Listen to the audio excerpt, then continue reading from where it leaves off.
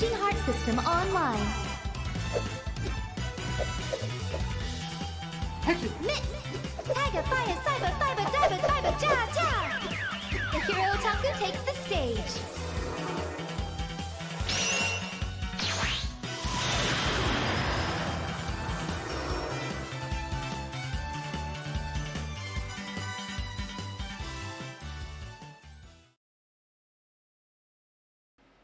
And I am back. Okay, so sorry for the wait. I basically was eating a burrito and some of it spilled, so I had to clean it up. And then, well, I was in the kitchen, and I basically just got some soda.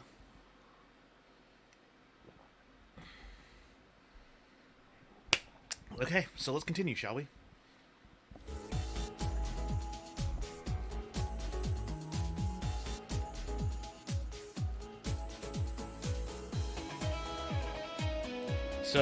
So we finished the torso already.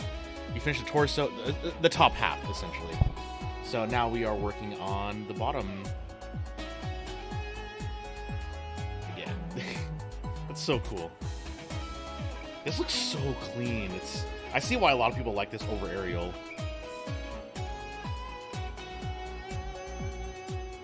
It's also gonna be fun when I use the pour marker all over this.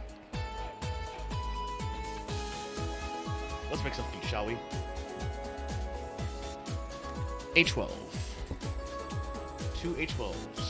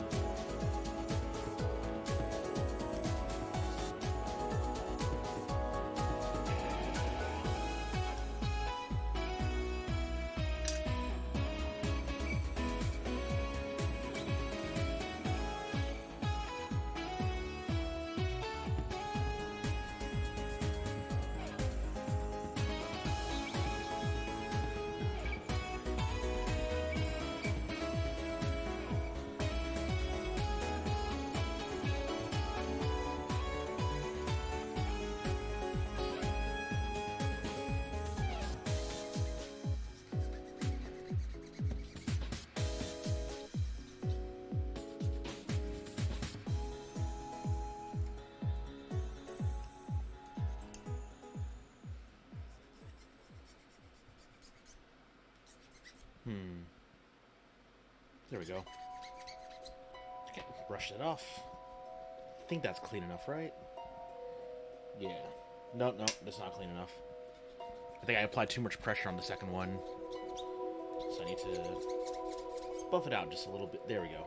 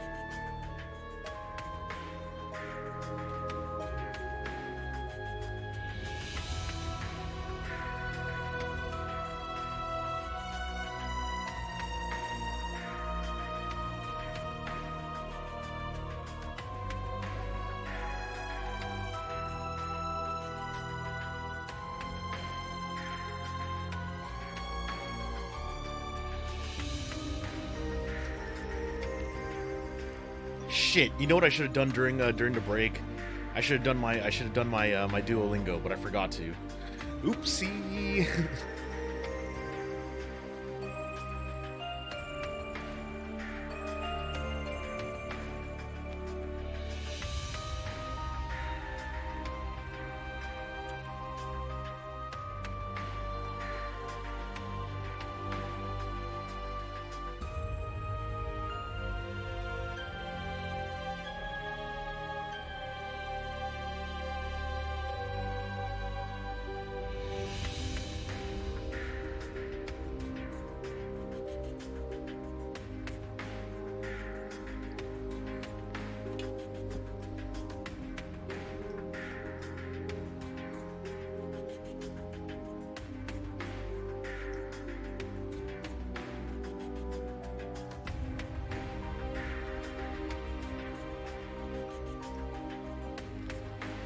Also, has anyone read a manga called, what is it called? Nico wa Surayo? Let's just say that it is the worst manga for me to read at this moment. I've never felt so attacked by a manga in a while.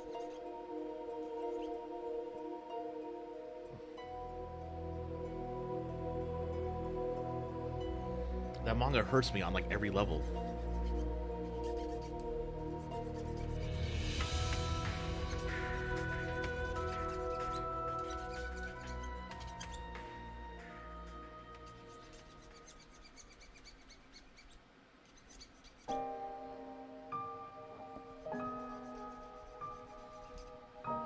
Okay, and then C21.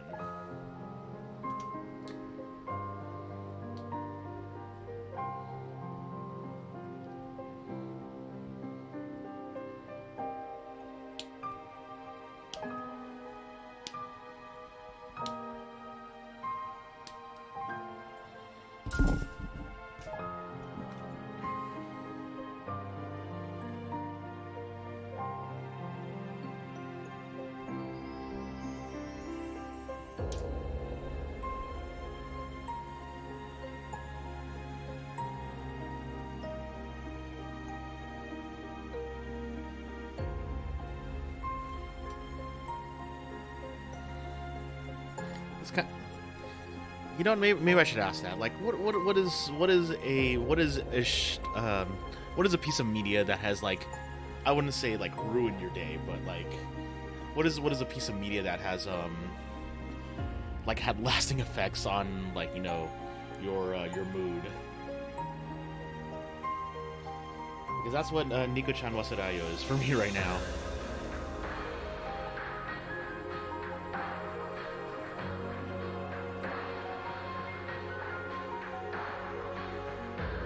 Actually, I should probably do the same thing that someone else did. Like, you know, a check-in question. Like,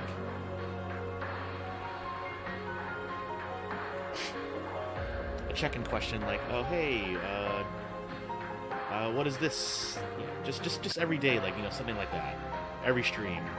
But I stream a little bit too often for me to have something new. But no, I'll think about it.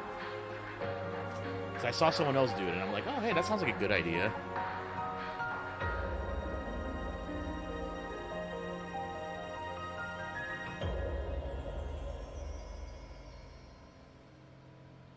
That is such an awkward...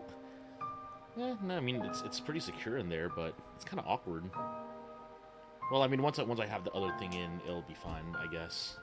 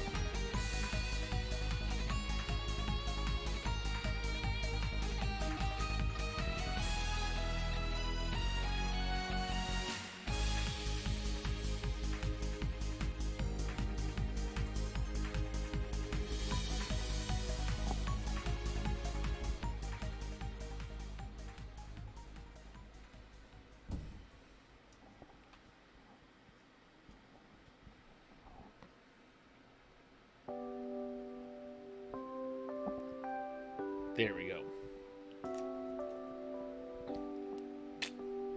Okay, and then I need A13, B14, C22. Because apparently you build the feet first and then you build the legs. So it's not like, man, I'm kind of jealous of the Goof Custom, because the Goof Custom was such a fun build. Because since all the leg parts for the most part, except for the top of them, are exactly the same. You basically built both sides simultaneously from the bottom up, from feet up. And once you reach the top, you're like, oh, okay, cool. And then you just have like a small bit, kind of like how the arms were for this, for the Lfrith. But it has that sad second leg syndrome, as I saw online for some things. Okay, so this is B1, so I need 14 right there.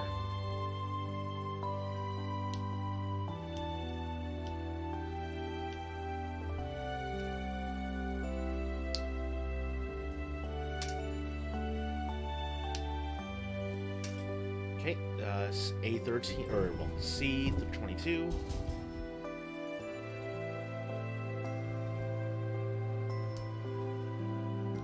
These are the ones that are supposed to be gray, right? Maybe I will do all the lines with gray here, and A13.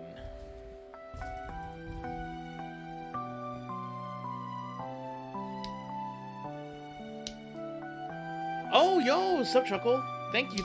I mean, it's never too it's not too late right now. It's only a couple days off, but I mean, I think I think I did see you there in chat, so yeah. Thanks, Chuckle. How you doing?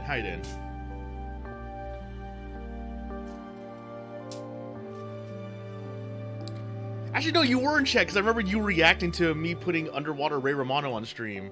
Or was that last night? I can't remember anymore.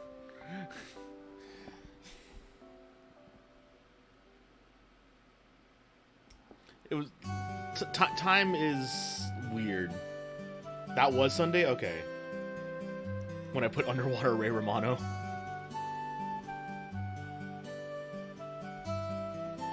That Underwater Ray Romano joke will never get old. Like, it actually hurts me to say a little bit because I actually do know how to say Underwater Ray Romano.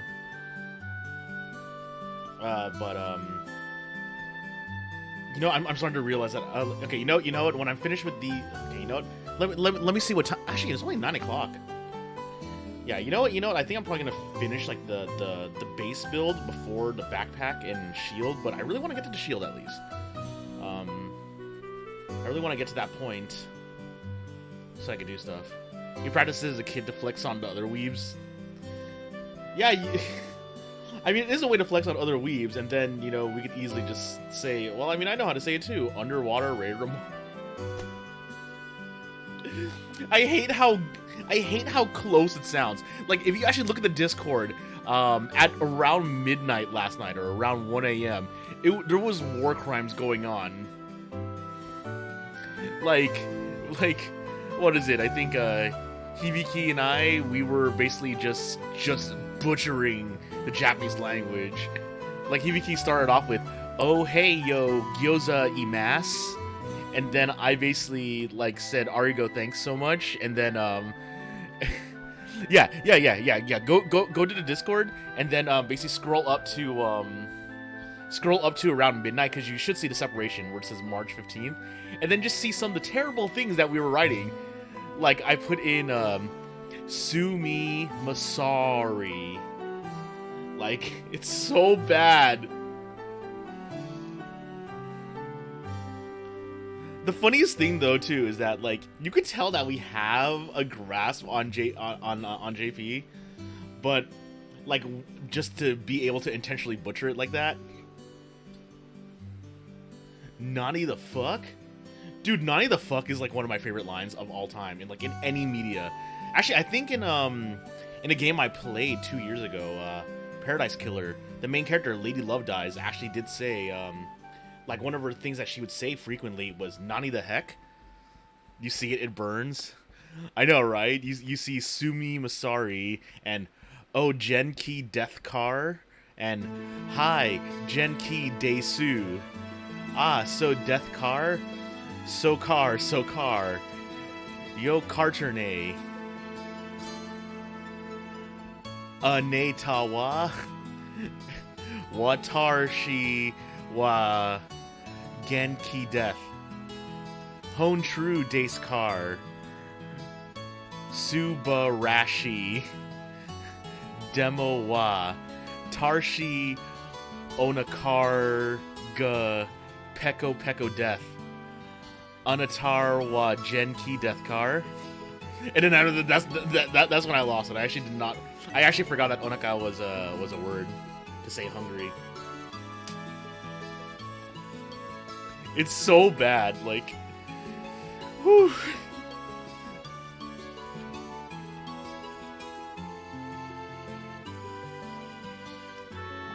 But yeah, Viz, if you look around, midnight last night, you will see the crimes against the Japanese language.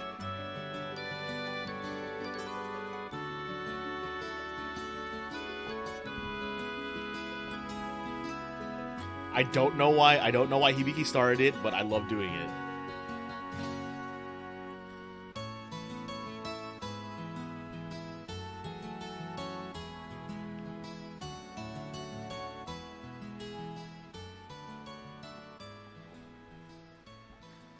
Yeah, you saw it. Just gonna need tons of bleach.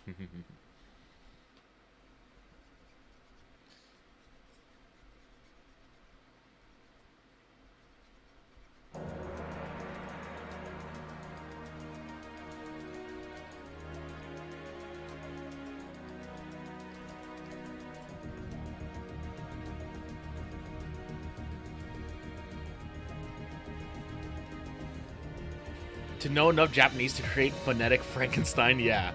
It's pretty great. Chuckle, just so you know, I'm half blaming you for this because you actually no, it's all my fault because the moment I saw you, I associated you with Utawada Dermono, and yeah.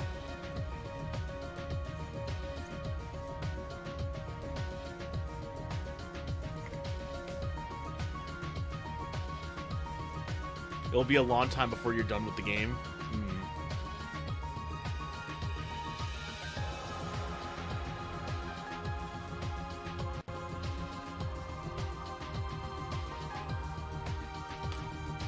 We got Spanglish, English, or Konglish, and then we got Japanglish. Yeah.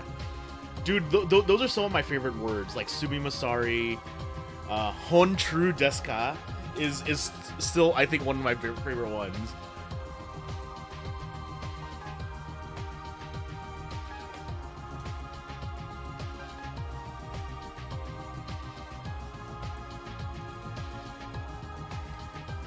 Or Sorry Masen. Sorry Masen is super good.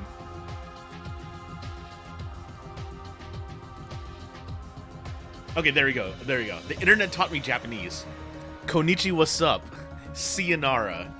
Gomenasari. Choto a minute. Nani the fuck? Ariga thanks gozai much. Don't Itachi mention it. Hisashi been a while. Tadaima, I'm home. Daijo, okay?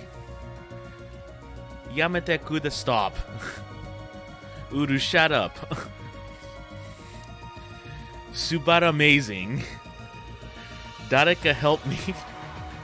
Hontru desu ka. It's really, you can tell that I'm trying to switch between actually doing JP phonetics and switching to like the most Valley Boy accent that I could muster. Cause you know, Southern California.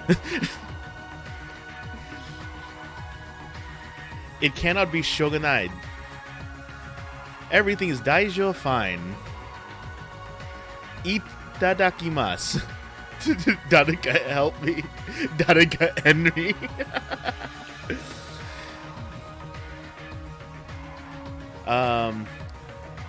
Oh yeah, sleep nasai.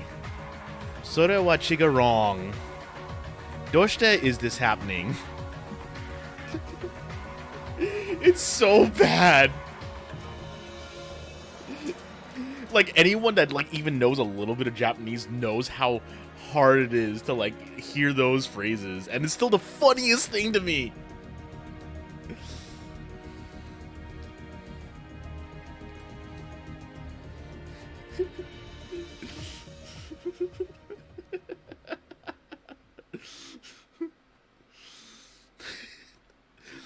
I mean, I will admit though, I'm such a weeb that I actually do use Nani in real life like a lot. So like sometimes I'll actually just go like, Nani the hell, Nani the fuck. Honto why? Yeah. I mean, like I said, I just use it because like it's just useful. Dude, yeah, I know it's just cringe. It's like Nani, or at least I'll just like say it under my breath. I'm like Nani. At the same time, I don't know if I'm saying it out loud or in my head. But if I'm in Little Tokyo, all bets are off. I will fucking use that shit all the time.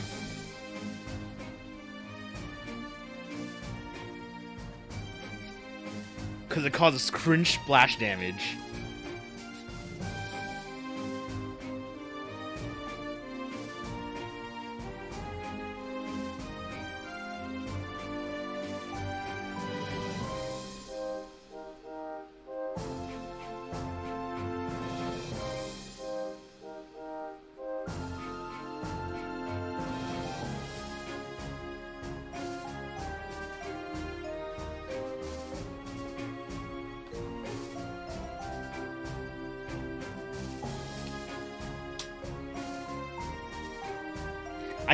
I keep like you'll be arrested for assault via psychic damage. I know, right? Why? What's your toughness and what's my attack? Like, am I gonna inflict wounds on you? Sorry, I was basically talking to a friend that was that loves 40K earlier.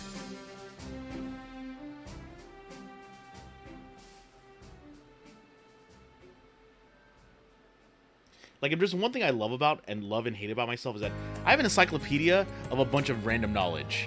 I mean, like, I know everyone has it, but it's like I kind of people say that I kind of have an uncanny ability to just remember like a meme for every, like just to remember a meme for any moment that's happening.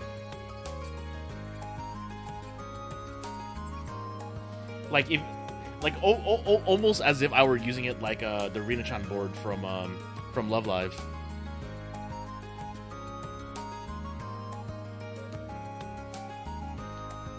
But then again, like saying all this Japanese English stuff makes me realize that I really love I really love George from Kamen Rider Revice, aka the person that shows up whenever someone subs. The say what? easily one of my favorite characters. I mean, what's it called? Forgot her name. From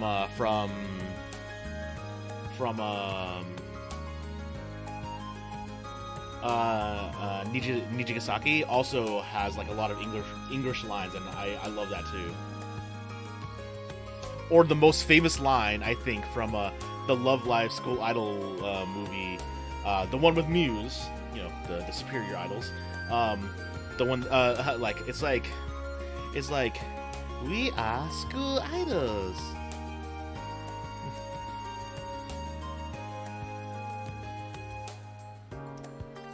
Where she's talking, where Nozomi's talking English at Central Park. Not gonna lie, if when I ever do go to New York, one of the first things I will be doing is doing a pilgrimage to all the places they went to in the Love Live movie, because I'm a weeb, unashamed.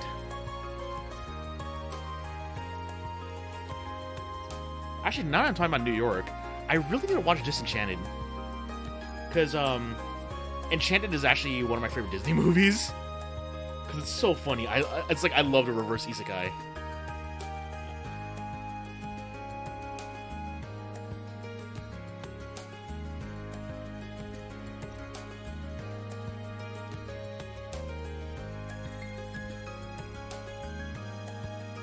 I love the idea of roaches and rats in New York doing like cleaning, like a Disney princess song.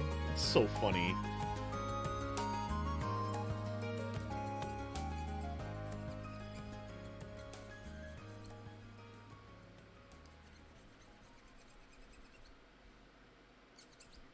Okay, there we go.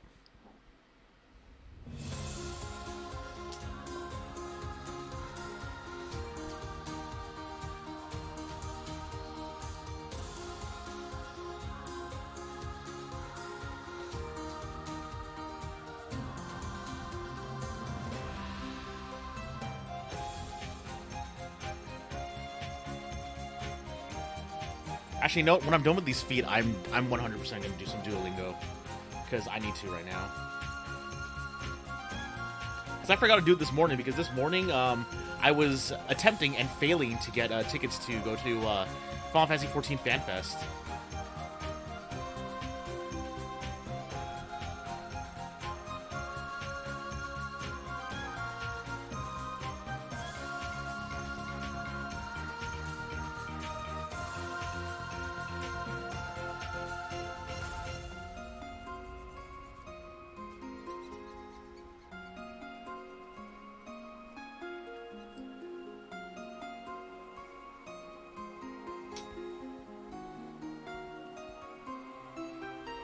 Okay.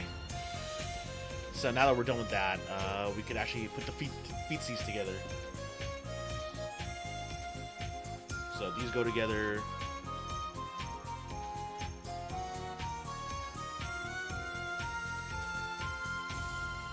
Okay, so it's like this.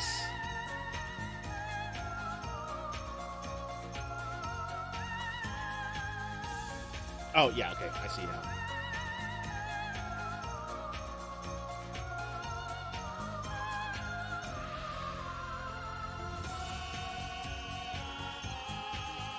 I love this song because, what's it called? At one point, Blue Blanc and what's it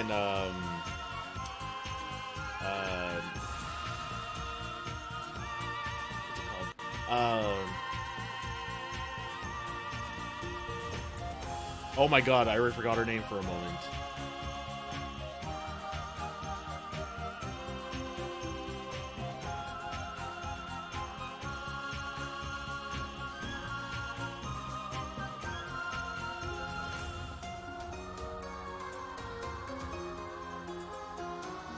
Vita, yeah, Vita.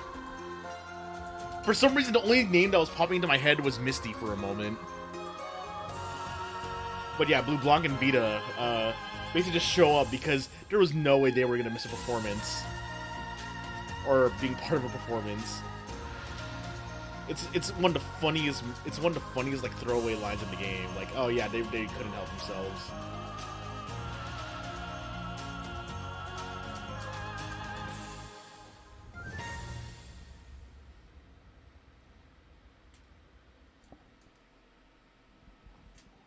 Okay.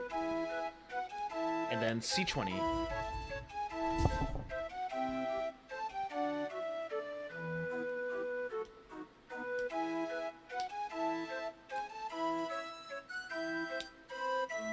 Oh, that's right. I did say I was reading a bunch of manga yesterday. So, I started reading 3 new manga because I was checking the Viz app to see what was new. But the new manga that I was reading, I mean, they're technically not too new, but Showa Shoden, which is about 2 high school comedians, which is really good. It also has art done by Obata, who did the art for Death Note, and AKA who did the art for Hikaru no Go. And I also read Gokura Sai or something like that.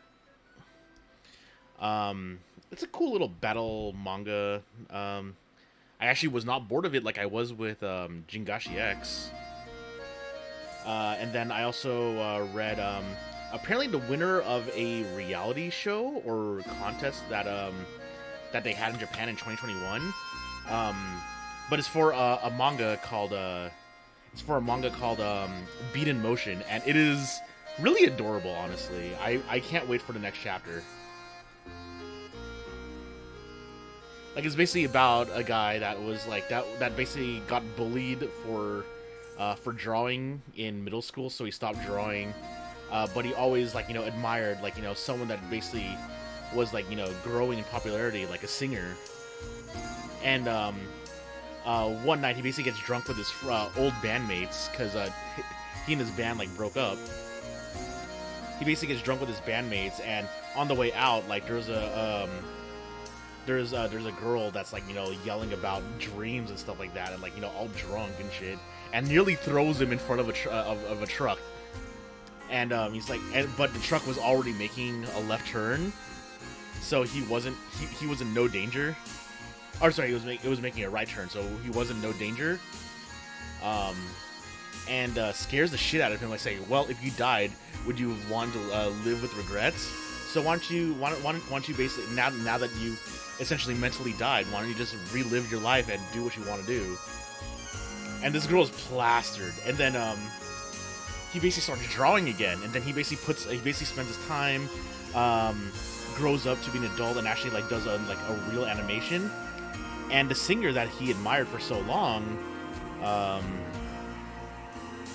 ends up messaging him, "Hey, do you want to do a music video for me? Hey, why don't we meet up in real life?" And then he basically goes there, and then completely oblivious to what happened before to what happened on that night, is the same girl, like that is the same girl. It's like, oh no, is this girl?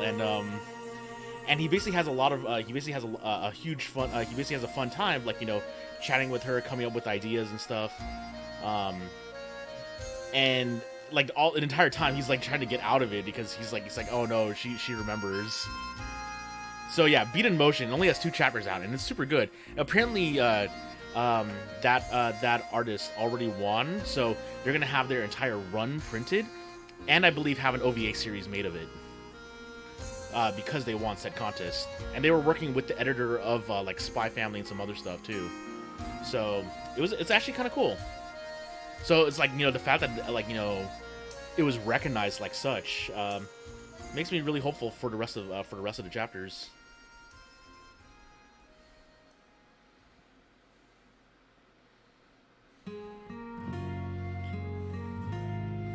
But yeah, Goku Fudasai or something like that. I can't remember what it was. Yeah, that one is actually interesting. I think it's mostly more so because of the characters. They don't bore me. But it's your normal. They are troubleshooters, quote unquote, and they are basically trying to solve mysteries that are happening in essentially like a little Chinatown, kind of like you'd see in Yakuza, like that part of like if you remember like the little Chinatown area of Yakuza, that's where it essentially takes place, and they kill demons that are reanimated corpses of humans.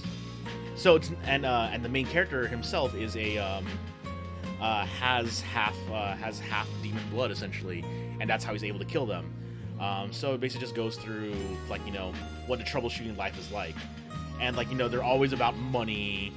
They're always broke. The main character has a massive tab at their favorite restaurant and stuff. So it's so far it's a lot of fun to read. Like I said, it already drew me in because it doesn't get to like the actual fighting until like the last like 4 pages of the pilot chapter, which is like 54 pages. Okay. So I need to do my Duolingo so I don't lose my streak. So you guys are about to hear that happen right now. So give me a moment because I did finish the feet, and next up is the right leg and then the left leg. So oh, come on, bed. I missed one. This bed is small. There is one book in the bookshelf.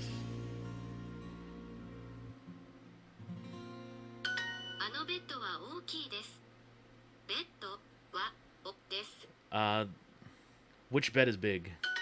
Oh, that bed is big. Oh, there are 7 books on. There are 7 books on the bookshelf. Uchi no kazoku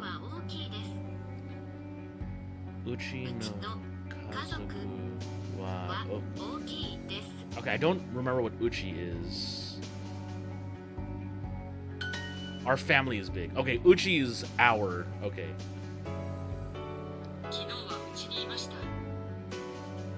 Oh no, Uchi's house. Wait, what? Okay, at home. What? Wait, why did I say uchi? Oh my god, I don't understand this. Kino wa uchi ni imashita. I stayed at home yesterday.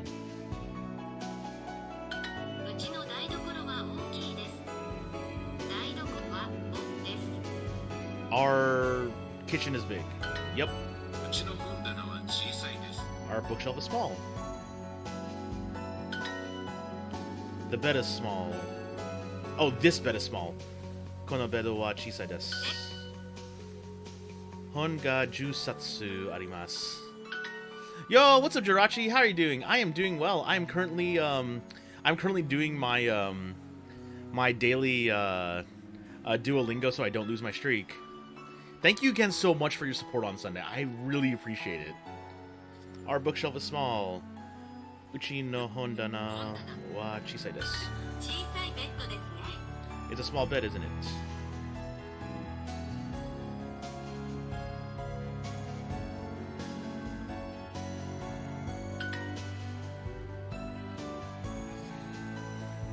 But yes, I'm basically just doing this. Our family is big.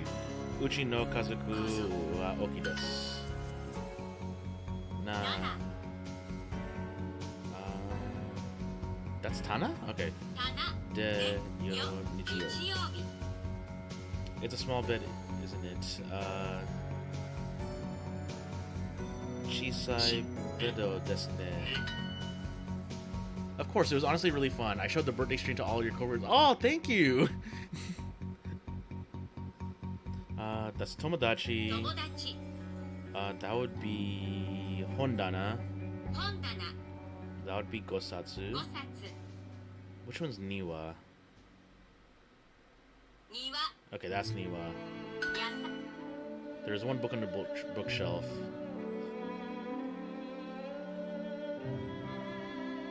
Shisatsu.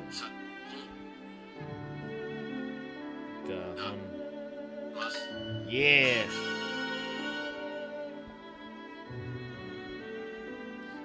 To do my daily quest, I need to hit 4 lessons, but I'm already 221. So, yeah.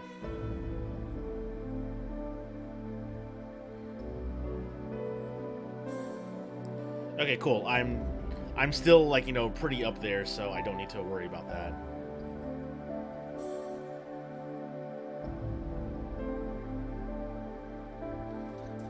But yes, what about you, Jirachi? How have you been? Yeah, now that I'm done with that, I'm basically going back to my build.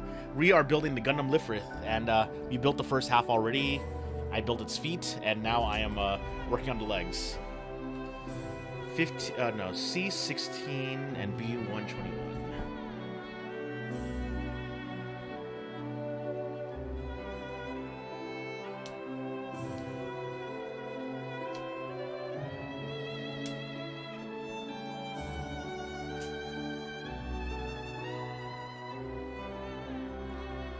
You're feeling quite grand. Have a big stream tomorrow. Oh, nice. Wait, international D&D session? Nice. Man, how do you even organize one of those? But what kind of big stream do you have planned for tomorrow?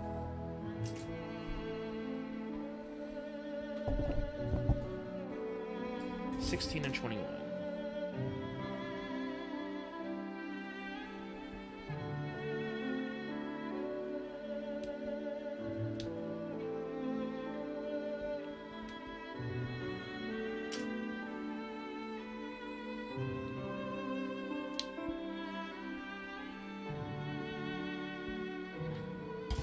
Final Fantasy 14 with your... Oh, nice!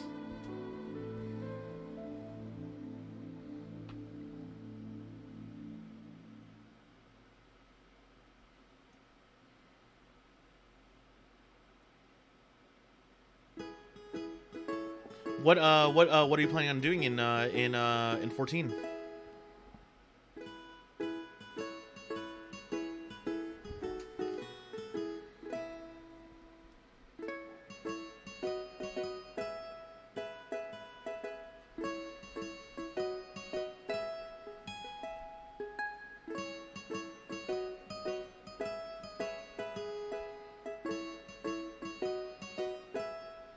You plan to be a babysat healer following around a level 52 red mage because you're clueless?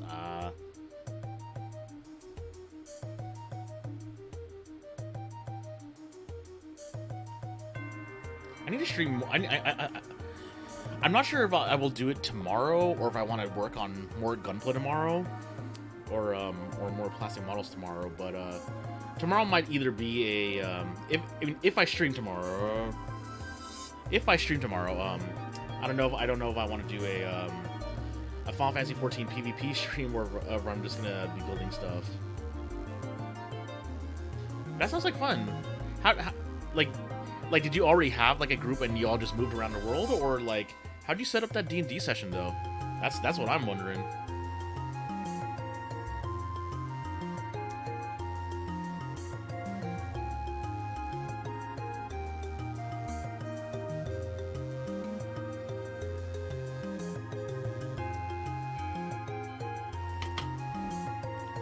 But yeah, the D&D session somehow has a D&D in London, and players in Australia, France, Germany, 2 in America, and 1 in Russia.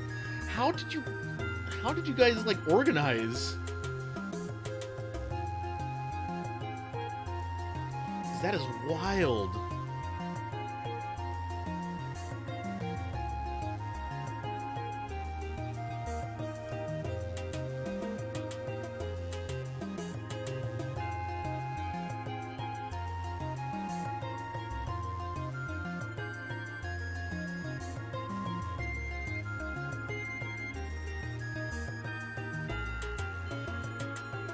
You asked a random GM on Roll20 to make a session because you were bored. So you got a bunch of random people, we all talked, and now we're the shoddy sticks that worship a black and white cat named Lfrith. Amazing.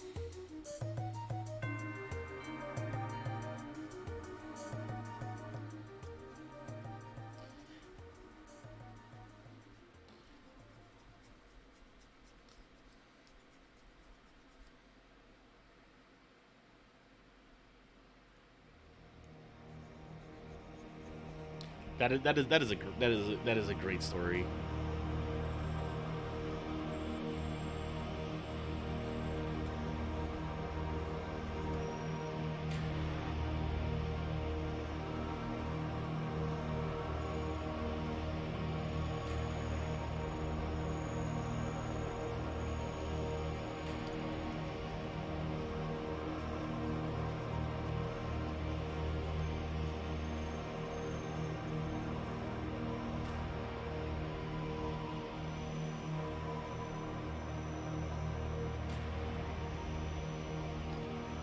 Our party's an Eloquence Bard, a Dragon Lancer homebrew, an Archway Warlock, a Scribes Wizard, a Swashbuckler Rogue, and I'm a Summoner Domain Clerk.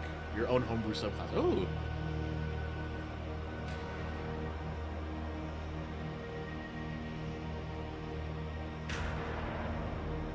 Also, I really need to find time to actually like look at that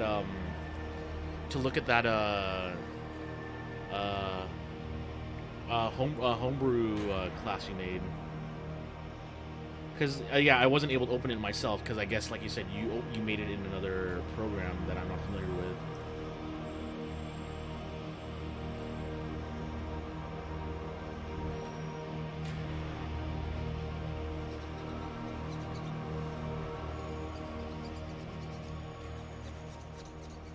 You added another subclass to the class. You don't have a problem.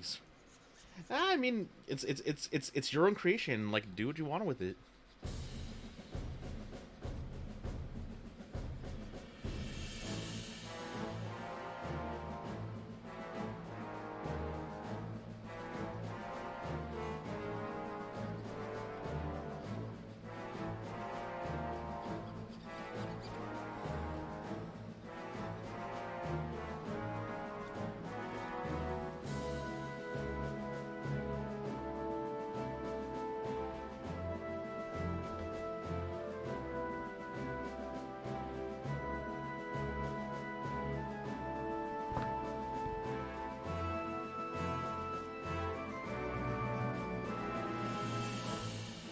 Maybe each in class. Okay. Yeah, I mean, like, I wouldn't say I'm always busy, but it's like especially on my days off, like, or at least, because like the main days that I'm like pretty much guaranteed to do something are Saturday, Sunday, Monday, and Wednesday. Like Tuesday, Thursday, and Friday are like the days where it's like Maybe I'm doing something, maybe I'm not, who knows?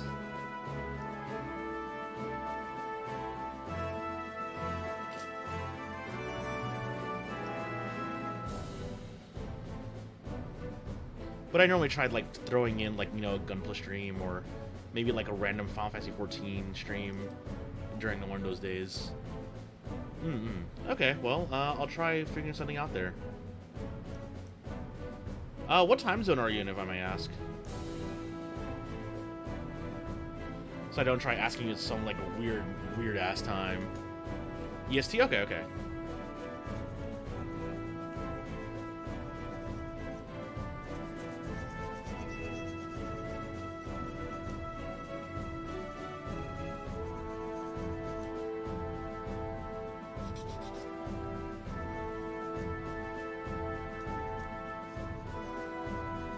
You don't sleep, so no time's weird for you? Yeah,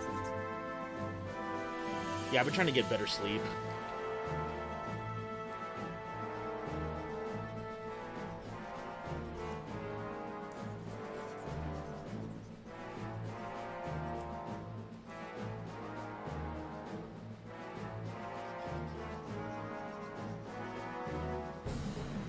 What is the sleep you speak of? It's a free trial to death. That's one of my favorite jokes.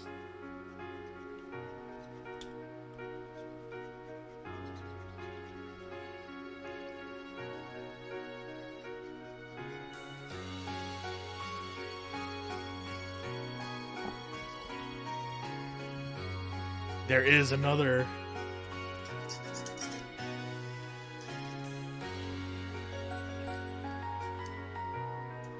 I don't know what it's been, but I haven't been like. I don't know if I'm just like tired or like there's just too much stuff that I've been watching that I haven't been able to like watch stuff on watch like some of the anime I want to. Always two there are no more than. Oh my god, I can't believe I understand that. So just so you guys know, I have not watched any of the sequel trilogy really.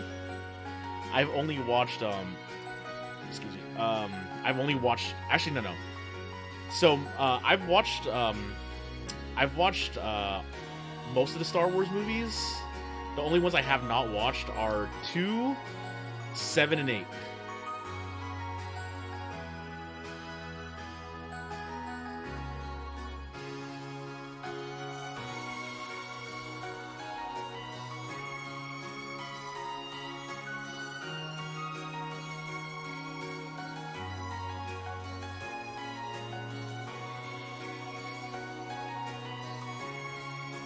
That reminds me, your favorite catchphrase in Final Fantasy when you see your babysitter kill a mob you're under level 4, as they take care of the mob, say, your free trial of life has expired. Oh, that is good.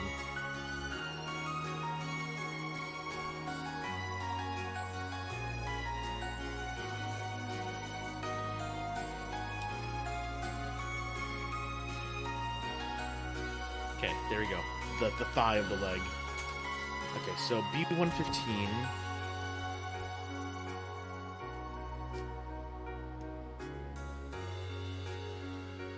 And C13 and 14.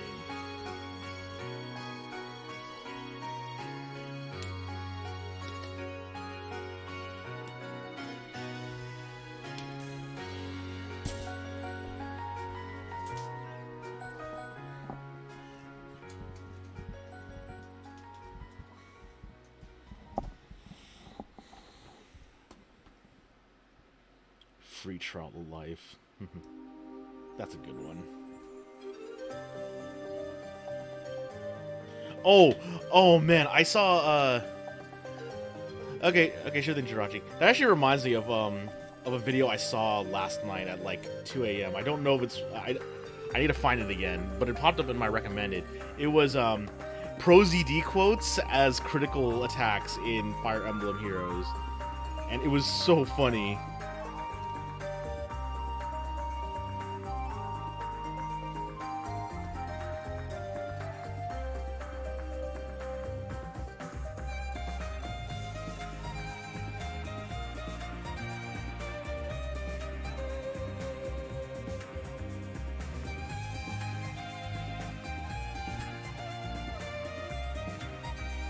I love Pro ZD skits so much.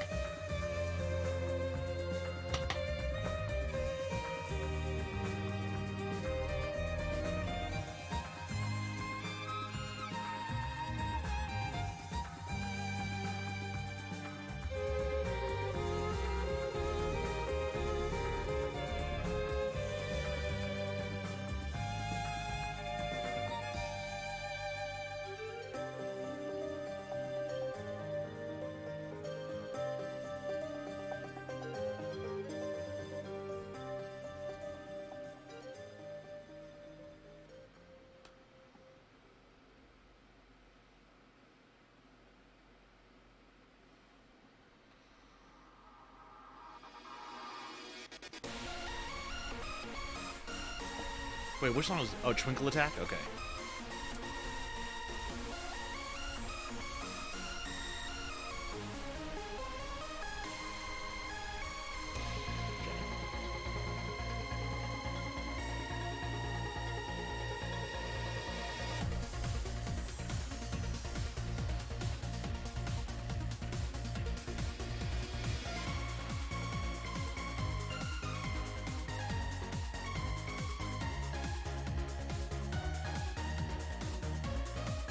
Oh man, I just realized because there's a new fan fest and they might release the Encyclopedia Eorzea 3, which is what I want so badly from there.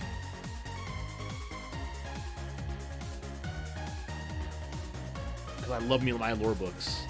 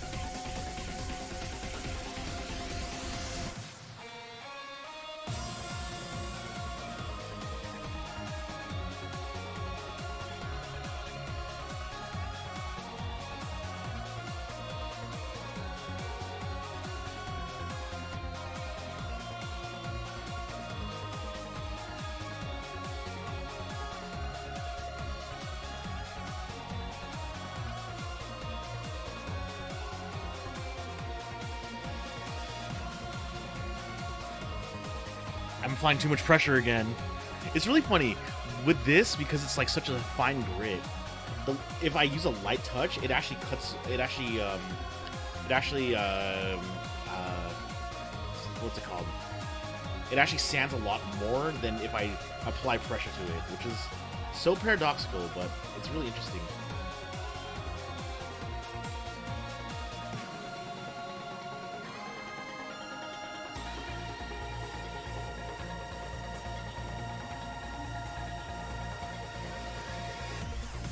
Okay, so 1918, 1920.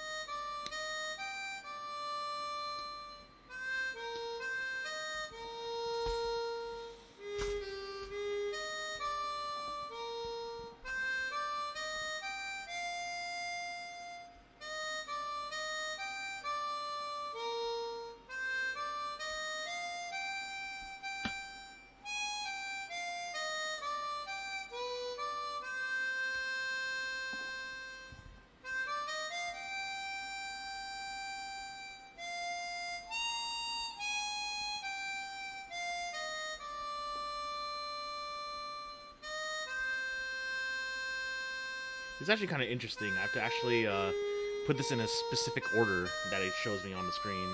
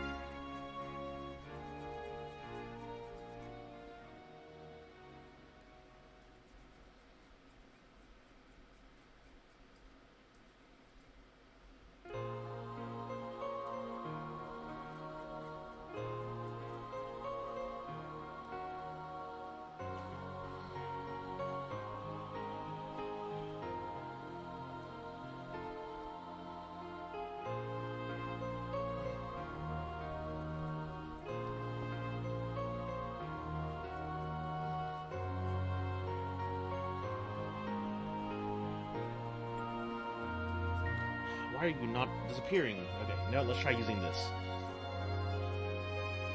There's a mark that's being stubborn right now.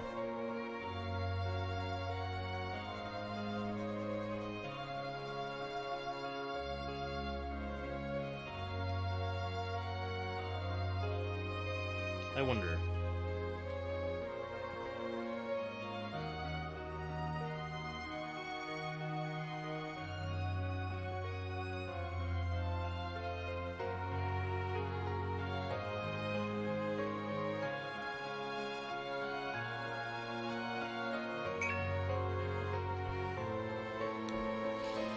Why did I get a notification?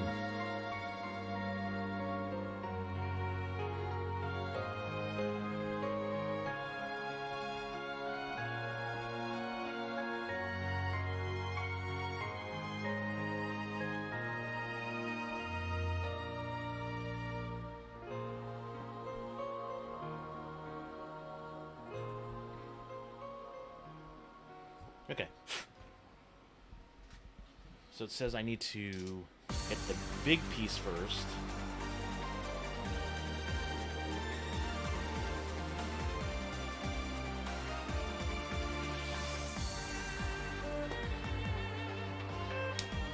Snap that in.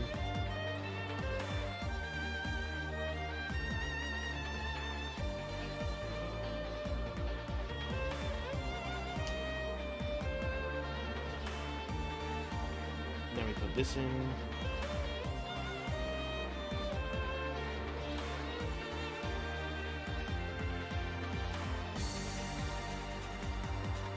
Then we put this on.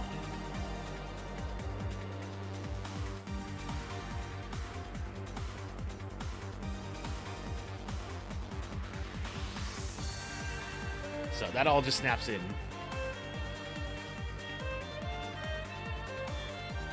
There's still more. Ah, I see here. Good to put like the actual kneecap on. So that's C19.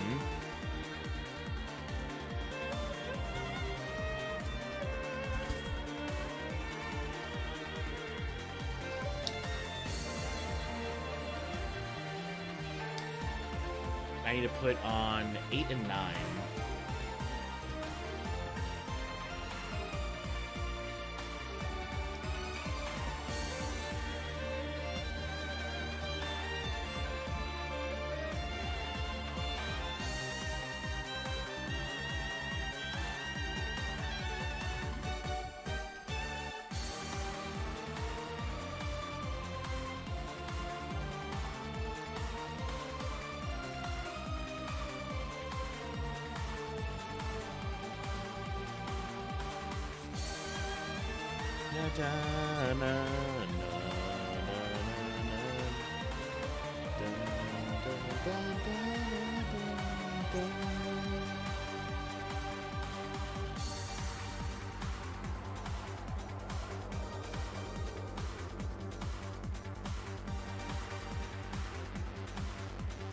Here, today I need to watch Tomo-chan, Bofuri,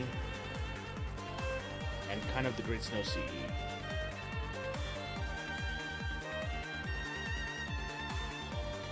After what happened on Kainan last week, I'm really curious as to what's going on now.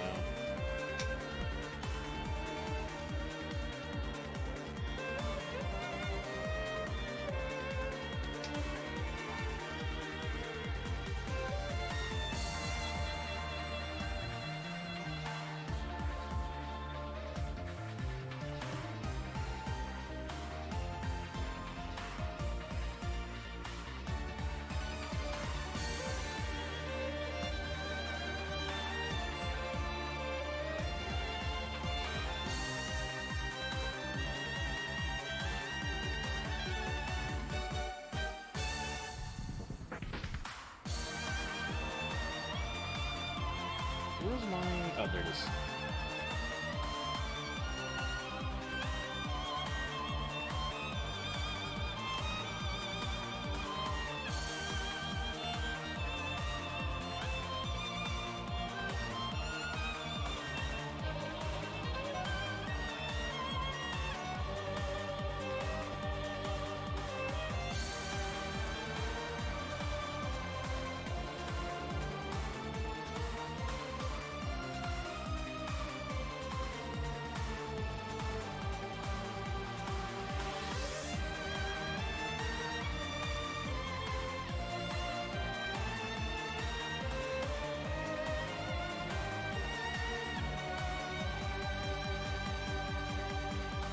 There we go.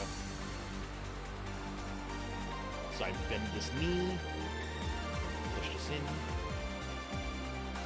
then you put it in there. That's actually crazy how it has, like, a bit of armor separation like that.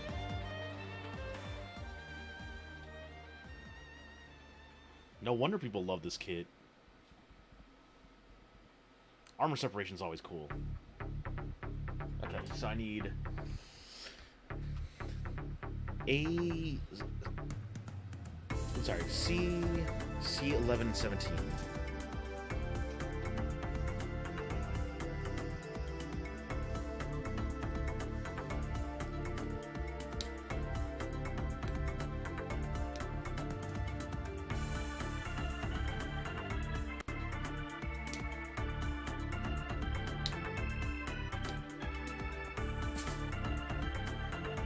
C1117 and then A10.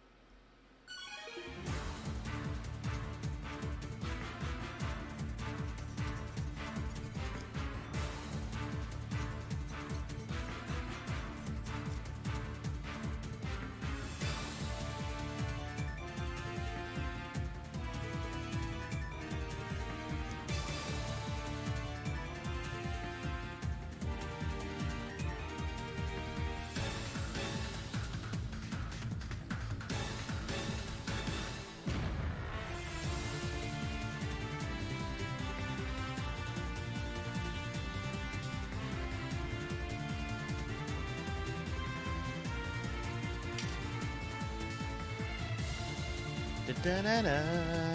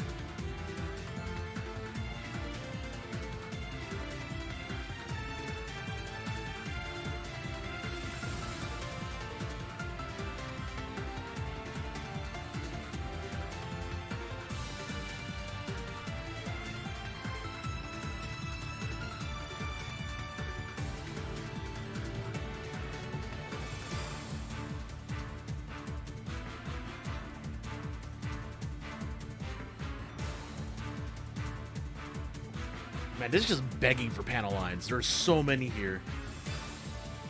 Can't wait to do like a before and after picture of this one.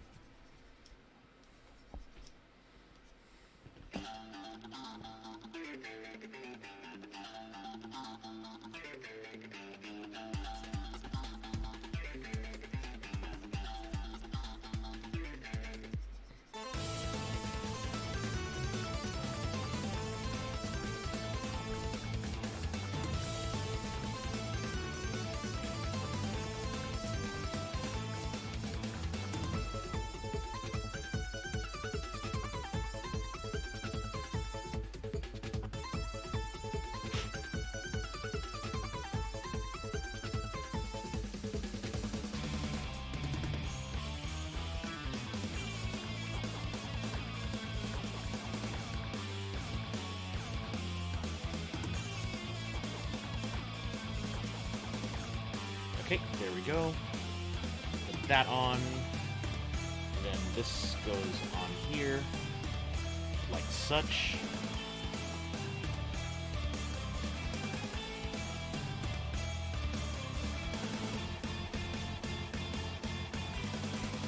Ah, there we go. And then we put one of the feet on. So we have our first leg done. It's weird. It doesn't look as thick as the other one, but that is a lot of movement for a leg, though. That's a very high quality leg.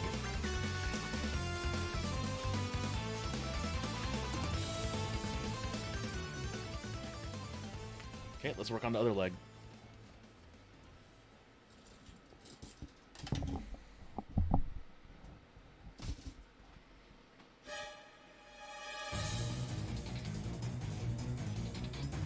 I cut out all the I could cut out all the pieces of this and then just do it all at once, or at least in order.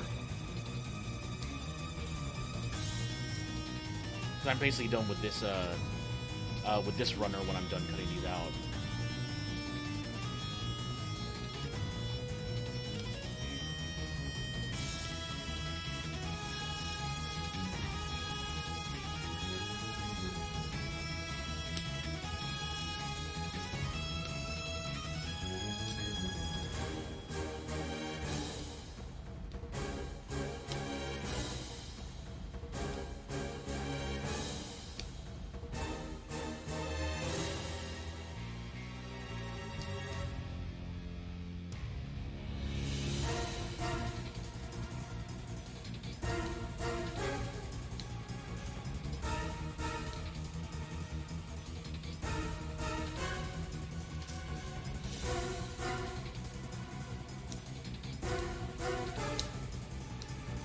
Okay, so this run is complete. So yeah, all that's out, so I can toss that one to the side. This also has one piece here, so I could get that out. This actually has an alternate chest piece here, but I'm probably not going to use it at all. Actually, wait, this makes it easier for me to like put it into activated mode, because one of these is like basically like blank, while the one I have on it currently right now is like activated, like such. The other one here is like black that I could put on here. But I'll deal with that one later.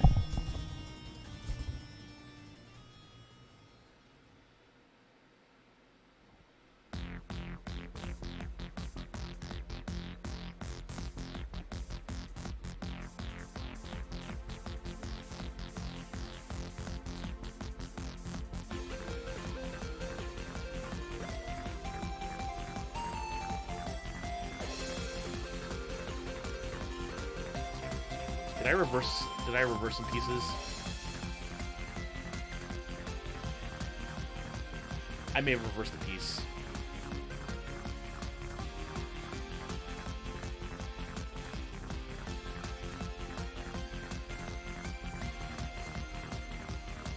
B112.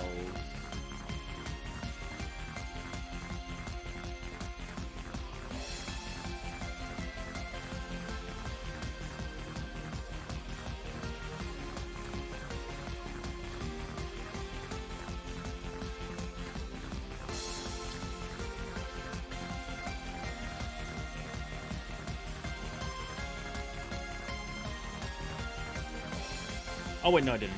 No I didn't. This is a hip joint. That's why. Yep, B111. Okay, cool. So I'm still safe. Okay. So I can't cut out all those pieces yet.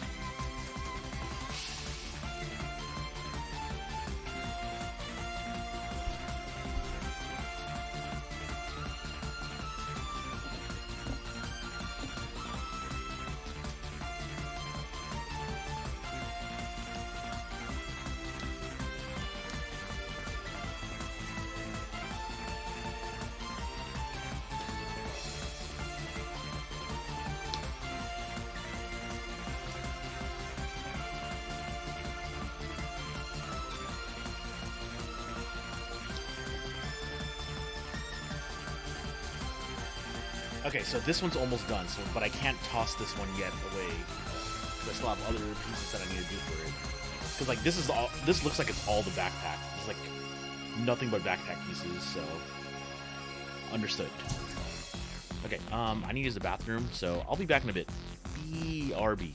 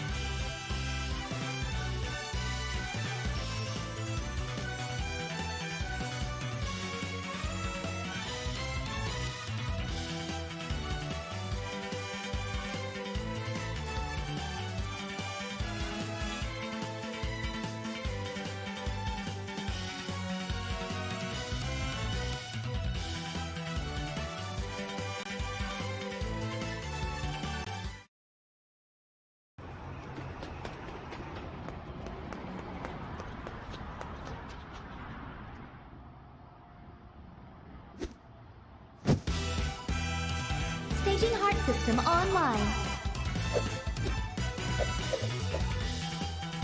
Miss! Tiger, fire, cyber, fiber, diver, fiber, ja, ja! The hero otaku takes the stage.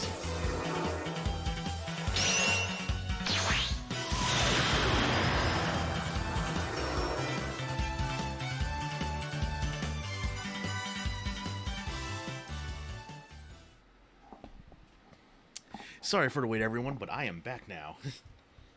And hopefully with less interruption this time. With less personal interruption. But yeah, let's just get back to it.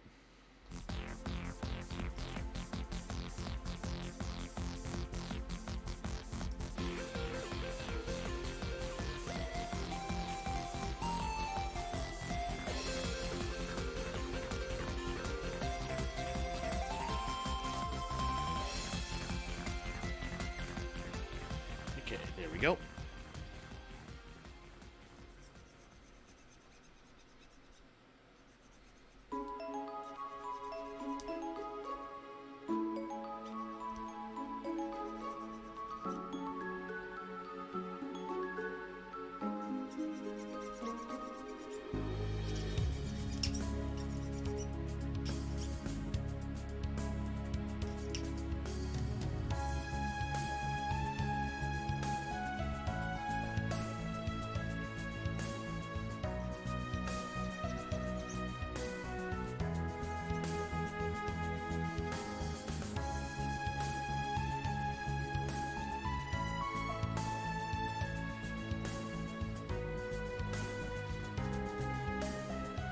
I believe these are the first pieces I have to work with for the leg, so that's why I'm working on these ones first.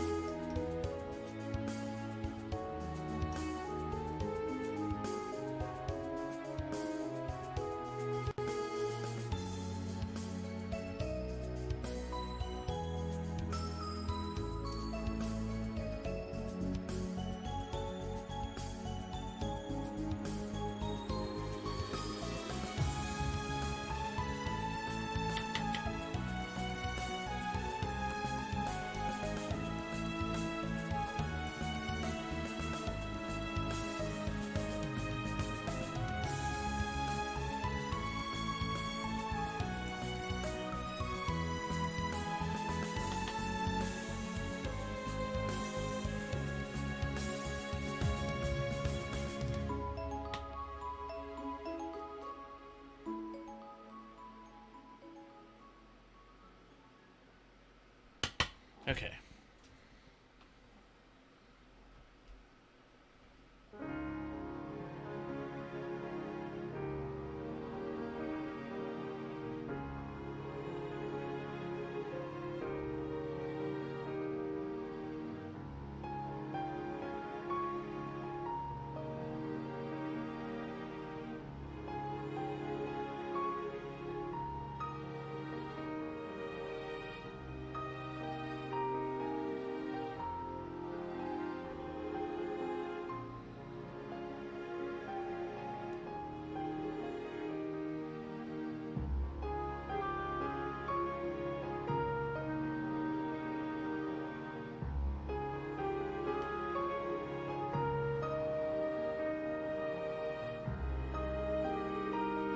Okay, there we go. Like those ones are in a dip, so that's why this can't work on it. I think I need to get like better sanding sponges, so I can cut closer and then and sand with like, you know, like a thing. But that'll be a tool for the future. Especially because like, actually no, I really will need to look into those, because those are useful for, you know, the amount of high grades and real grades I build.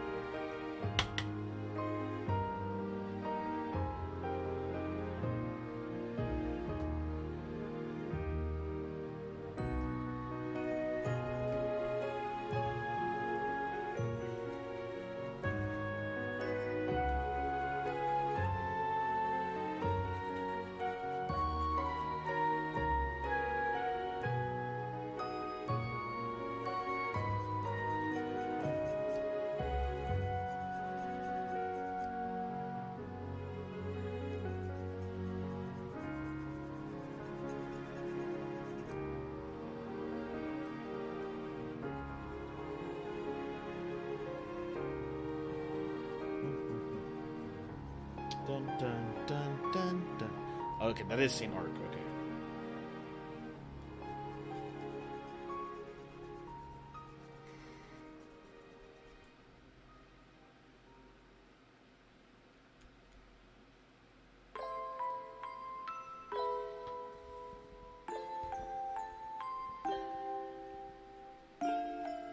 I still can't believe just how a simple brush can like clean up things so easily.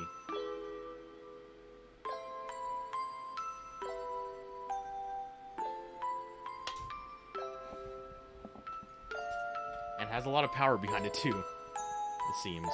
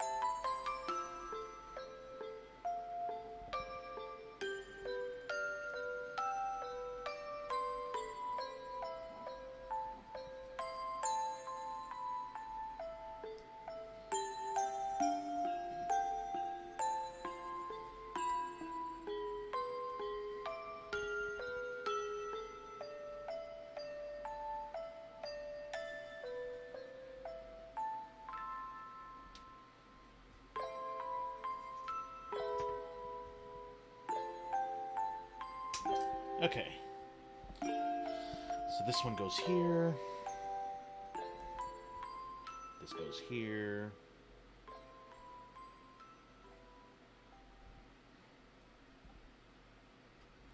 This goes here.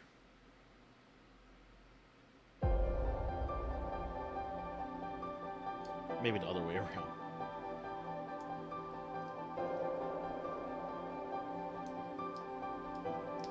There we go. Thigh done. Next is the shin. This is like a dip, so I have to actually like cut close.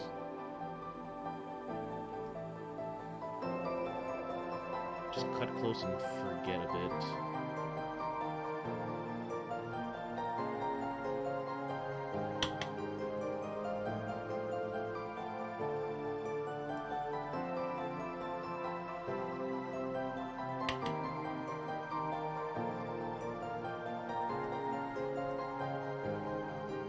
These awkward angles suck, man.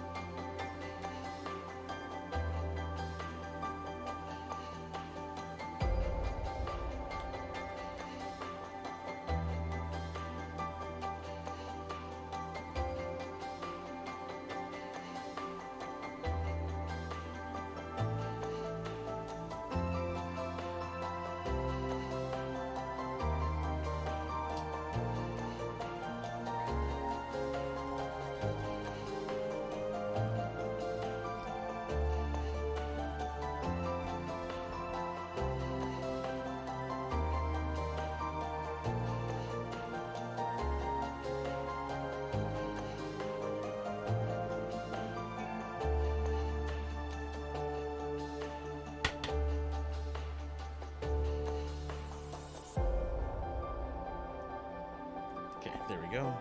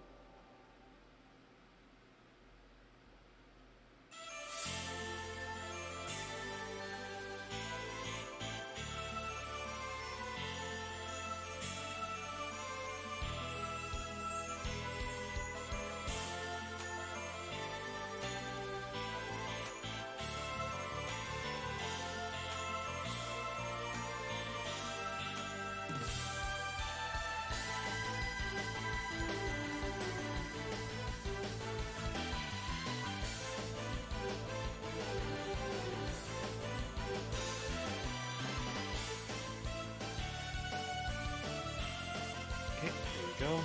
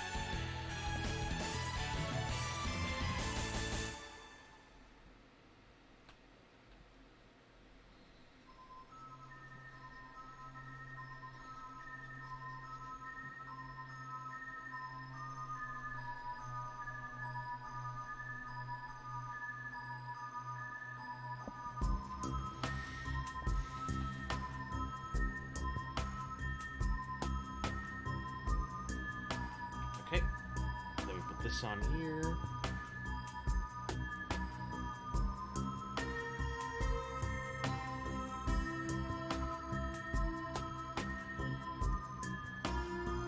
Okay, we have this now.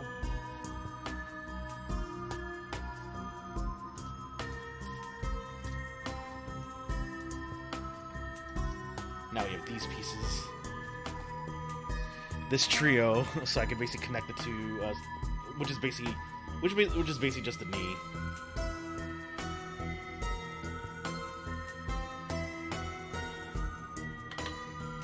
It's not a Rubris. It's the Lfrith, and it's going pretty well. We got 2 more parts of the left leg done. We got the entire right leg done. Well, I mean, I guess, yeah, right leg.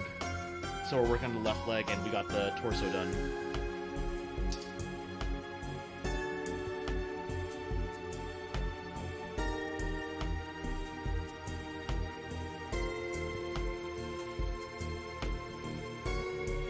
Which one's the Rubris again? From what series?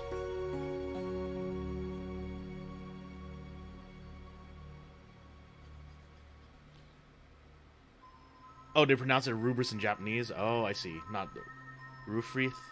Oh, actually, no, that makes sense. Yeah, because I just pronounced it Lfrith, and then yeah, I guess Rubris makes sense. Yeah. Lfrith. Yeah, that makes sense. Here I am trying to pronounce Lfrith in Japanese.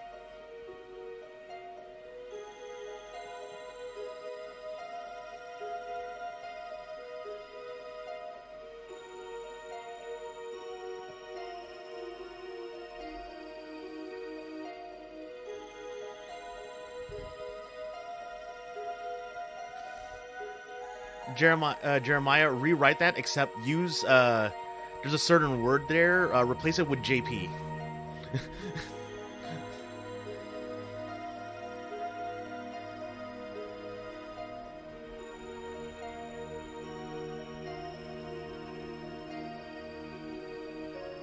Yeah, let's just say that word has connotations to World War II.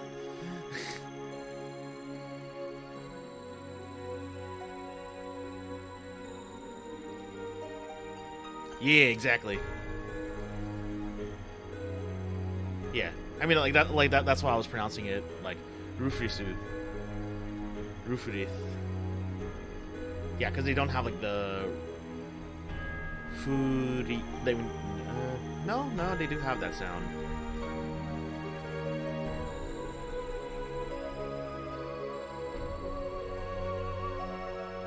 But I think Lfrith is the official pronunciation because, like, I think it's based on like a.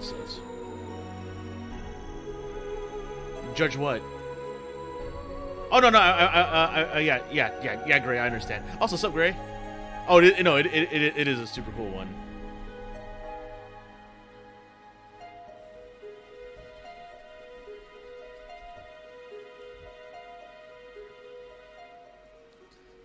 Yeah, when I was like learning more about Japan, like I learned not to shorten it in that way. Just got home and grinding on 14. Nice. Ooh, this is the evolution version of Underground Kids. This is actually one of my favorite songs from from Crossbow. Nice, nice. What are you grinding exactly? How goes existence? Yeah, I've tried playing with Gray, but Gray doesn't want to play games with me ever. I'm joking. For legal reasons, that is a joke. Just unlock, just unlock Black Mage. No, it's just that because of the time difference.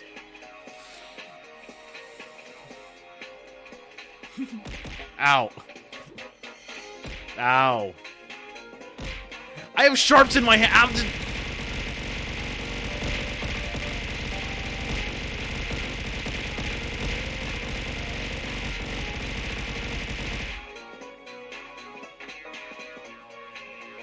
I have sharps in my hand, Gray.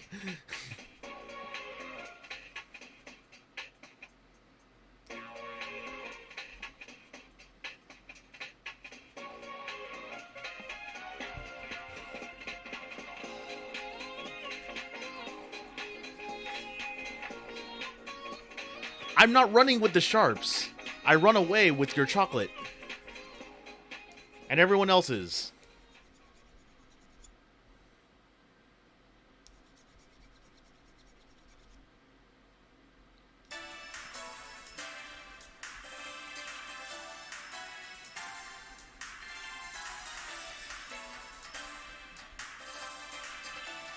I've actually had chocolate with, like, what is it? Like those, like, I guess, jalapeno, like, bits inside of them. And they're actually really nice. They actually have, like, that little nice, like, tingle.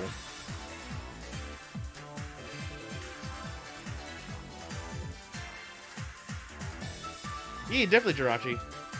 Yeah, it's just that, like, because of, like, the nature of the games I normally play, I don't really play with people. Like, even in 14, I barely play with others. It's almost all, like, just solo stuff. Or, I mean, well, especially because considering the fact that I've been playing it for so long that, like, Gray still has time to catch up.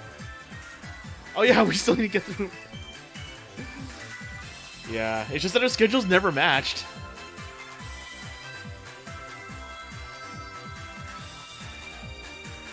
What do you mean I blow up stuff by myself?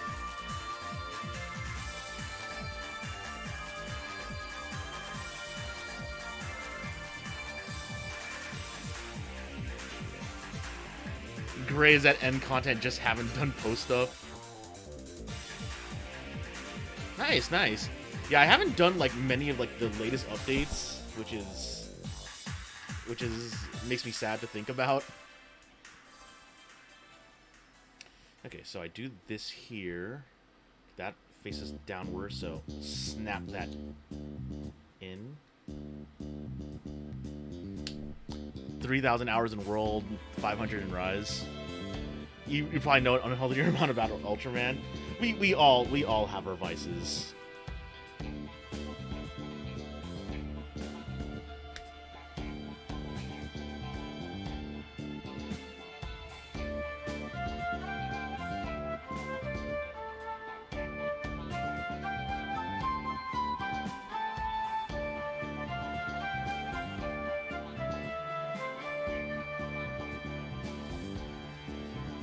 I don't know how many hours I have in Rise in total. I think it's only like about 200.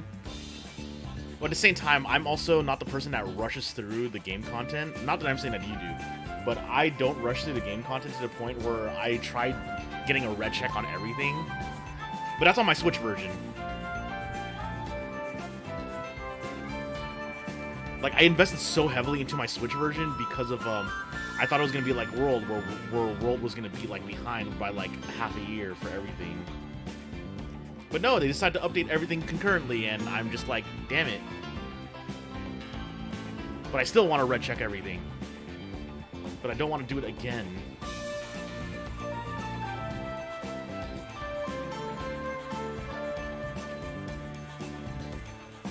Now I think about it, I asked this question like,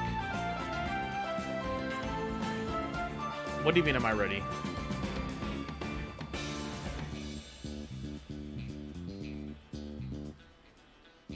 I don't know what I'm being ready for.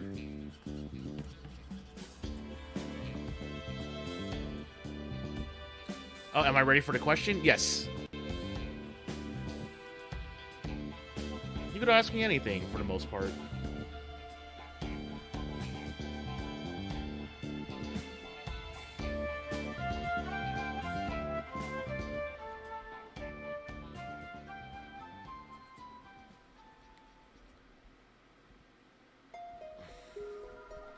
Okay, I don't know what that is, and I'm afraid to look it up.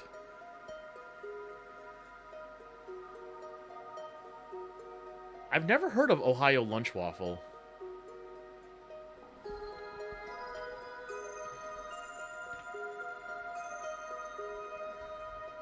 It's a waffle made out of French fries that you use as hamburger buns. That just sounds kind of cool. Sounds completely American, but kind of cool. I mean, there are restaurants back, like, you know, in the South that will, like, deep fry anything, so... That doesn't sound weird at all.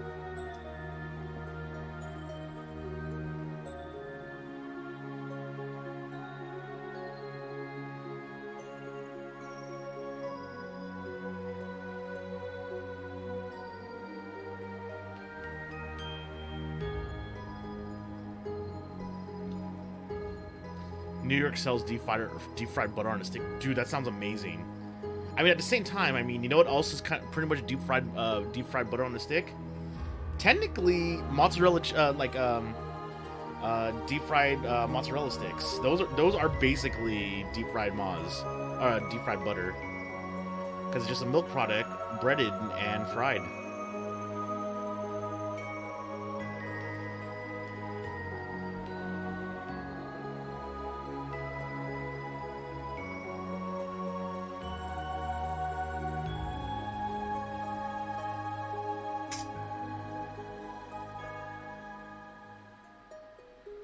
I realize sometimes I think I'm boring because I'm just like, oh, that actually sounds interesting. Here's a fun fact that I may or may not know about it. That may or may not be completely related.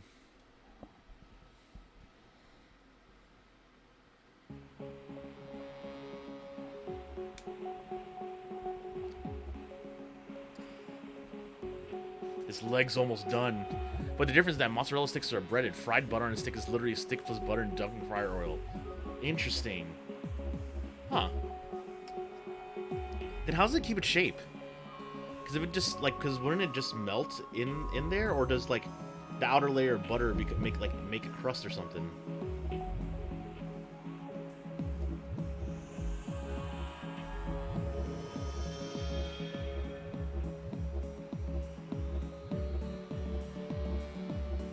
Man, now I want to get a Korean hot dog. Or a Korean corn dog, I should say.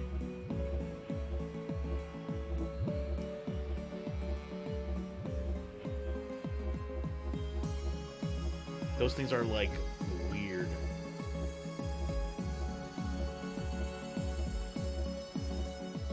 The outer layer of butter acts as a creamy crust that acts kind of similar to the consistency of ice cream.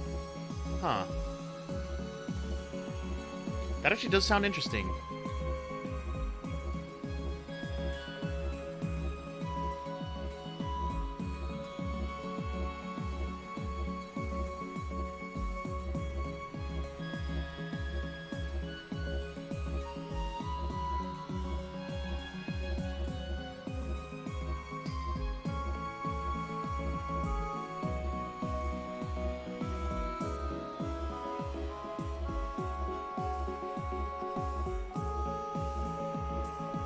Yeah, like I'm just like I'm like in my head I'm just like thinking about like how does it even keep any consistency? These are the things that wrinkle my brain.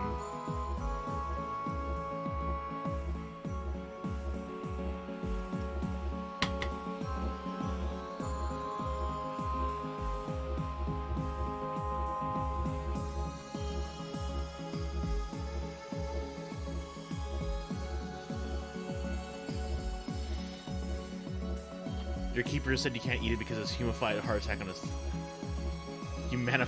a steak. No.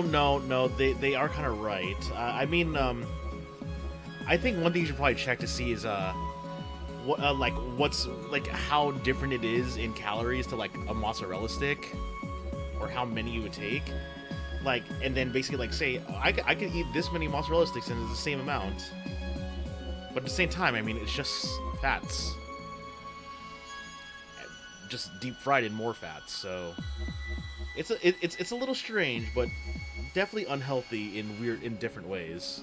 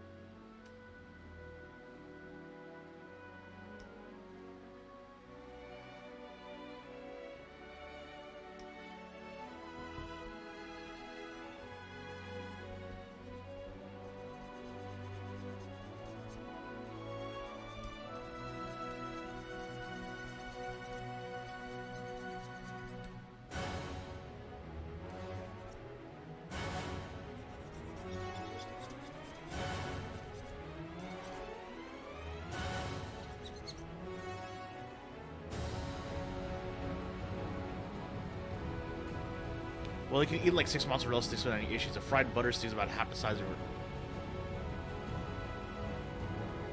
Yeah, that might be a bit much.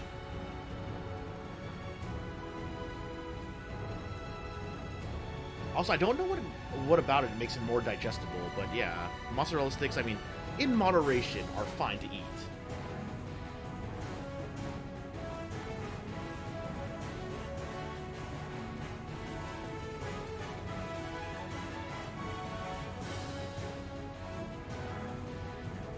Foot.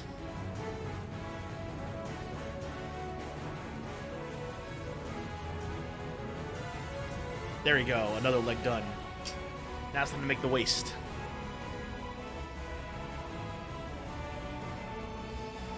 Okay, so I need So I need B11, which is this piece right here, which is gonna deplete this runner.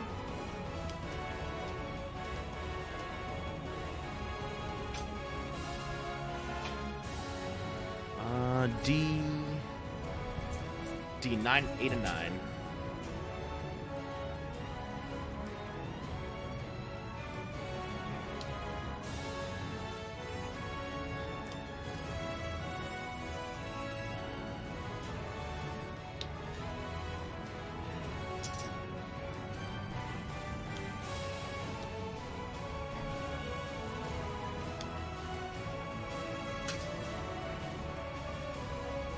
And 11.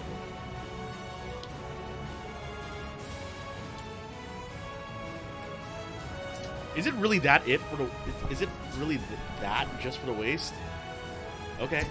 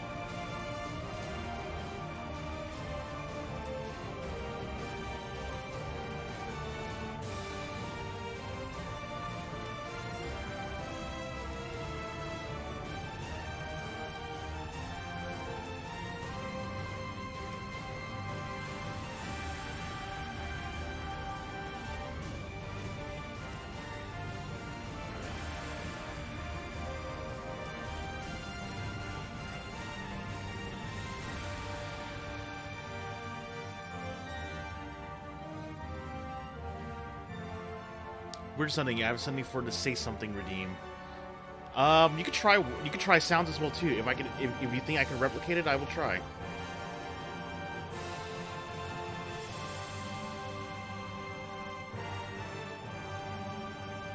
I should really get like a TTS bot, but you know, I feel like we should like design a drone. I feel like I should like design like little helpers for me. Especially considering that I've like, you know, gone into like a mecha phase of my life again. Less so replicate doing your own stuff. Okay. Well, I could try. I could certainly try.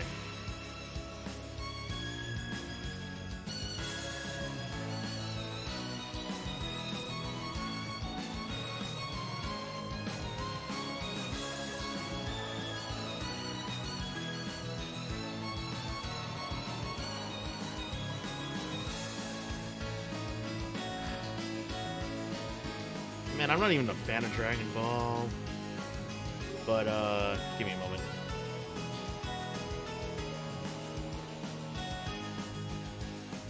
The problem is that, it's nighttime, so I can't get that loud. But, let's try this. What's a good song for this? Really exceeds the first thing that comes to mind? Oh my god. F you, Spotify.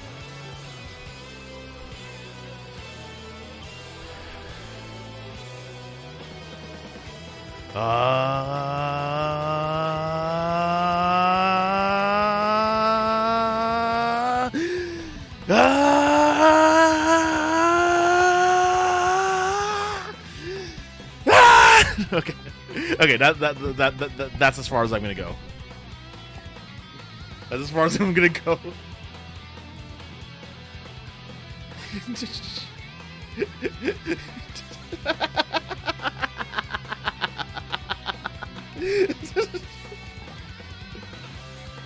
Okay. Yeah, that's as far as I could go before I start realizing that I'm being a little too loud. Like, it was already loud enough, but, you know. Thank you. Sometimes I get a little bit too into the instructions given to me.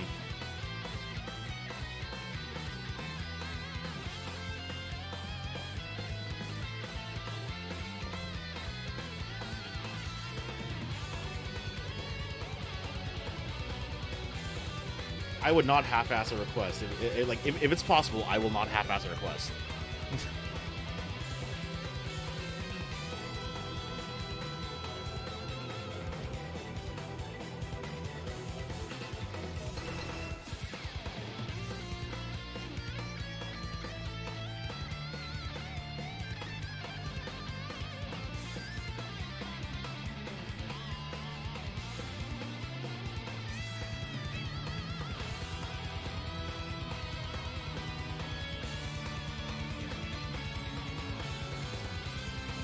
Okay, there we go. We have this piece done.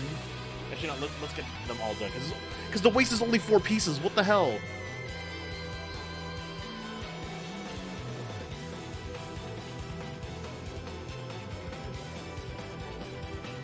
It's kind of funny, too, because I was just, like earlier today, I was basically just talking with people about how much I kind of dislike the whole, Goku can beat everyone, like, meme.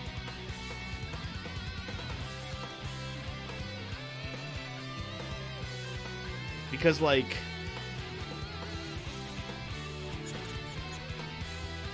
what is it? Goku's basically Superman, and...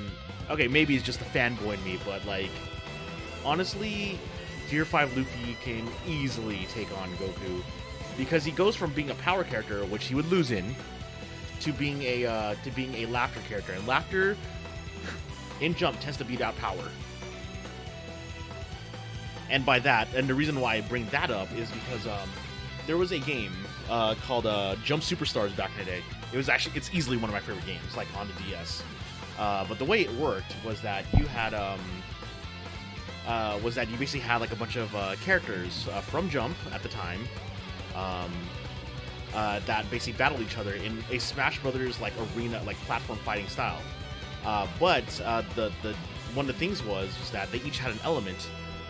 They had power. They had intelligence. So power was basically like, you know, your normal Shonen Jump heroes. So you have there we go. So you had stuff like, you know, Goku and all, so you had stuff like Goku back in the day, Luffy, Naruto, Ichigo from Bleach. Like those they were easily power characters. And then they had intelligence type characters, which were like the characters that you'd imagine that were like super smart. So I believe one of them was technically Anna from Shaman King. Is this the way I'm doing it correctly? Yeah, I am doing it correctly, but why is it not going in? Or is it in and I'm just not realizing it?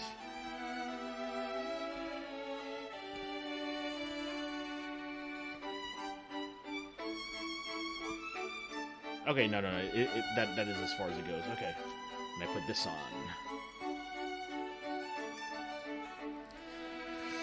Yeah, intelligence.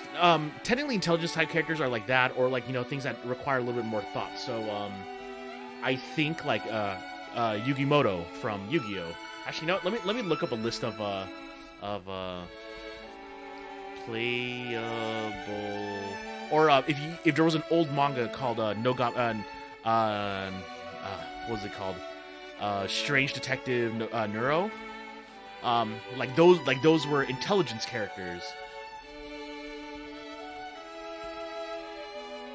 And then you had laughter characters, and laughter characters were like Bobobo,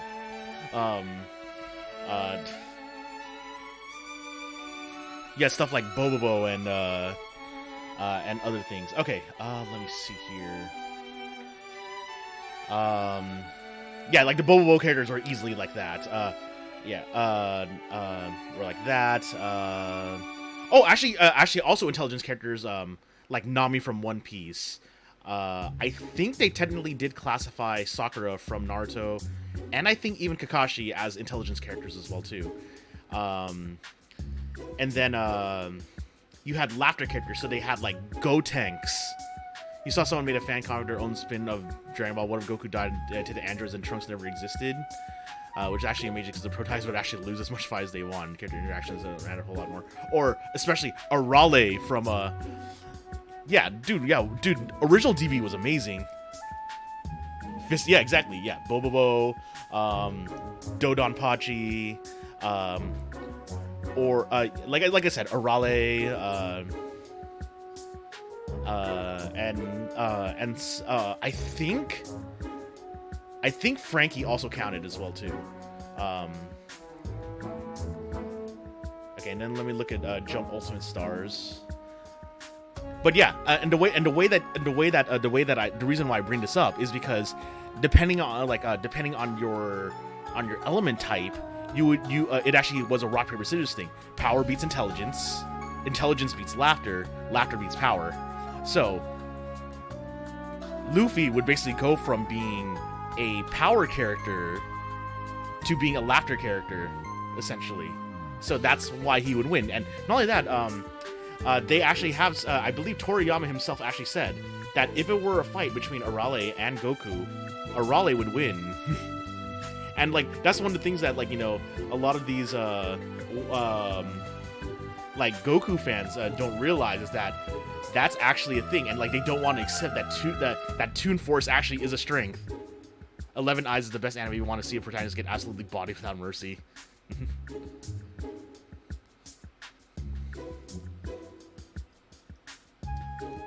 Hey, look at that. We actually got the Lfrith, like, you know, not fully done, because I still need to get its, like, you know, armaments and stuff.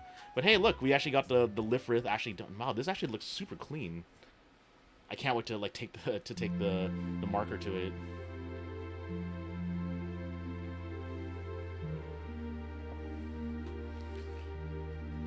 but yeah, Arale would win, and the reason why is because like Goku can't beat gag characters, and what does Luffy turn into for Gear 5? A gag character. Goku isn't as strong as Arale because Arale is a kind of a joke character from a gag manga Toriyama wrote. Yeah, exactly. Yeah, the creator. Yeah, exactly. But yeah, like people, like I see a lot of people not wanting to let that be a reality, especially because like a lot of people just, at least in the West, they don't like One Piece for many a reason. I think the main reason that I can accept for people not liking One Piece, or at least not being able to get into it. And I know this is just me saying like, oh, I can't believe, it's like, I know it's me being a little bit spoiled, but like honestly, like a reasoning I could accept for like people not wanting to get into One Piece is the art. Like the art is wacky, it is weird, it is not for everyone, but it is one of the best stories you'll ever read. No, as much as I like Goku, I know Goku can win all his fights. Yeah, and they like to say, oh, well, I mean, he could use Hawkeye now and stuff. I'm like, yes, and it's like, it's weird because like a lot of these people like can't fathom Goku losing ever, and I'm like, do you not even read original Dragon Ball? And it's like that's because like a lot of these people think that the only thing that matters is like pure strength, and like what is it? Even in the what's it called, the Tournament of Power, he lost to Jiren. Technically, he lost to Jiren because like he wasn't able to actually beat him outright. Like he like the only reason why they won was because of Frieza technically cheating and just hiding out, but that's because that was the plan all along. If I remember the Tournament of Power correctly.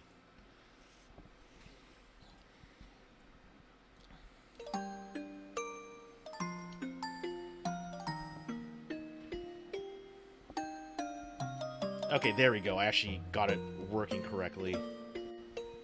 But yeah, that is a solid build, and it's all plastic too, which is crazy. No polycaps. Okay, now let's build a backpack.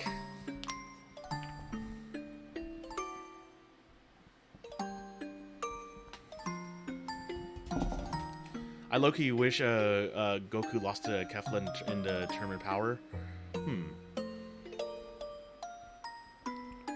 I mean, at the same time, I think it's just because we all want to see Goku lose, which is why it doesn't happen often, which I understand. But at the same time, a lot of people kind of did grow up with Toonami and Dragon Ball Z, and didn't like learn about other anime.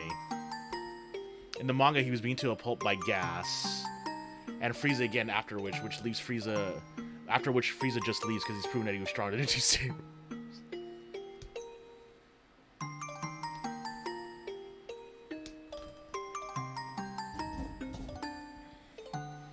I will say though, like as like I kind of like even though Dragon Ball I would say is like kind of one of the things that helped me get into anime because of the stuff. The Tri calls once more, and you must take your leave. Yeah, sure thing, Jirachi. Once again, thank you so much for your support. I really appreciate you so much. Yeah, I still really love that art that you drew for me. But yeah, have a good night.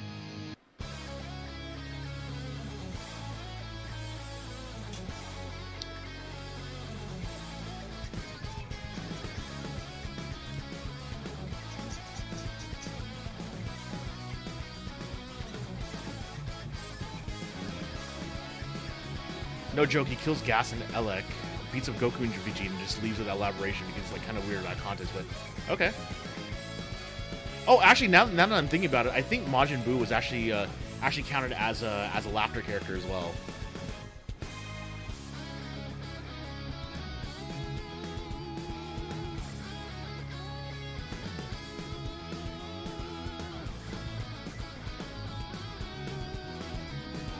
And it's funny too because like some of my main characters, there's a very famous long-running manga in Japan called Kochikame, which is about a bunch of cops at a police box, and one of them just buys endless toys.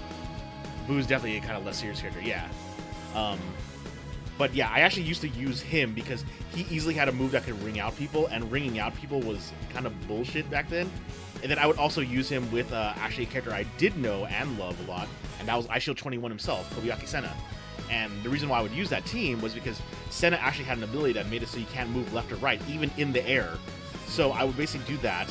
I would use the Kochi Kame guys doing like this thing where he basically summons a bunch of people to like basically carry a shrine, like those festivals in Japan.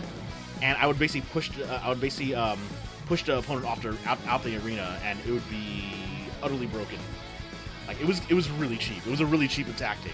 Like I would basically start the move, and when they tried attacking back to like stop the move, I would basically summon Senna, who'd run in, double bat hurricane them, and they wouldn't be able to move left or right, which is kind of what double bat hurricane does, which is super cool.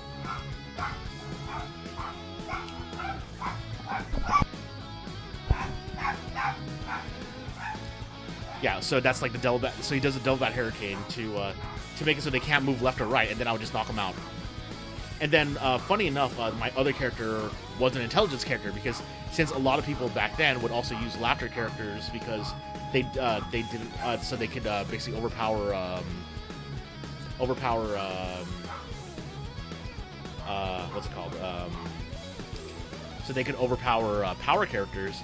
I actually had Majin Tante Nogami Neuro as my intelligence character, and he basically had an ability where he would basically use a beam to like accuse someone, and that accusation beam would do a shit ton of knockback, do a shit ton of damage, steal up to 2 special bars worth of energy, so I could just use it again right away, and it would knock him back pretty far.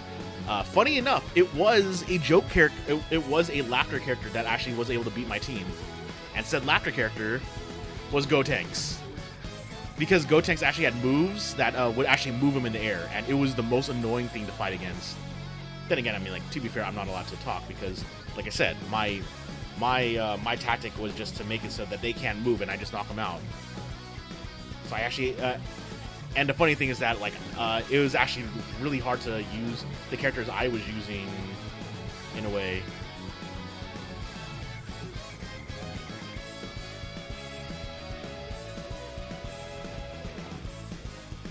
I miss Jump Superstars.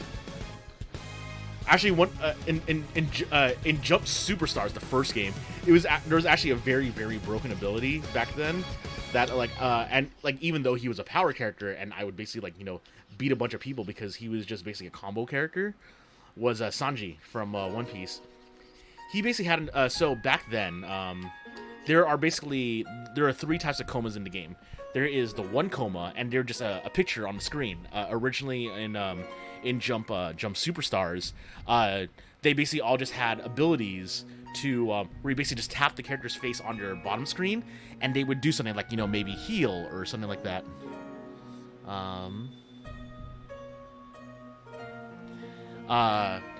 So basically, I basically filled his entire deck with that. And then you have to have at least one coma, 2 to 3 coma. 2 to 3 comas are basically what are known as supports. Support characters, they just get summoned and just do like one ability. The one I would use would be a 2 coma Nami, and what 2 coma Nami would do is that she would basically rush in and steal she would steal MP from the opponent. Yeah, exactly, like assist trophies. But you could just summon them. They were just summonable for as much for whatever cost they were, or for like one bar of meter. And obviously you built up meter just by fighting and stuff like that, and participating in the match itself. And then ooh, okay, so that goes in all the way. Nice. Yeah, it would just take some of the enemy's meter. I think it only regained a half a meter for you, so just so you weren't able to just keep spamming her. But 4 to 4 plus coma were actual battle characters. So my most broken setup was literally having this Sanji, a 2 coma Nami, and then because you had a 4x5 grid, that's 6 spots taken. All the other 40 spots were all just female characters. And Sanji basically had an ability that 4 comas, like each 4 coma, like it would be like a base strength of power that would go up. But 4 coma Sanji had the potential to be a stupidly strong character in the game because his 4 coma special would be that he basically like does like a little love dance, and for every girl that's in his deck, his attack strength just goes up. So if I had 15 girls in the deck, yeah, and his power would just go up. So I would basically be able to do like his just normal like jab combo, and it would do like it would just kill opponents. It was so funny. The ultimate simp, yeah, exactly. It was basically the ultimate simp, and he was so powerful back then. Yeah, and I would do that, and pretty much like it was basically turned to a game of jump kick, because basically me and my friend would basically try doing the same setup, but he would Sanji had this thing where he had an ability where it's like or he had an attack where he would basically do like his spin drill kick diagonally down. It was basically a game of chicken. We'd basically both jump and try moving around, and then what would end up happening was that if you connect with that kick, you could basically do just a heavy combo, and it normally killed because 4 coma Sanji also did not have a lot of health. So it was super glass cannon as well too. So it was a really, really funny setup, and it was kind of annoying to deal with. I am not a nice person when it comes to certain games.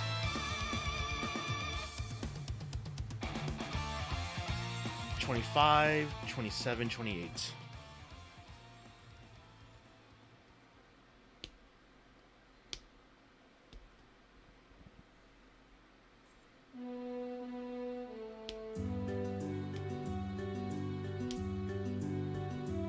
So Sanji versus Sanji was just a one-hit combo to win for max health. Yeah, except that because it was so easy to die, it was basically just like timed rounds.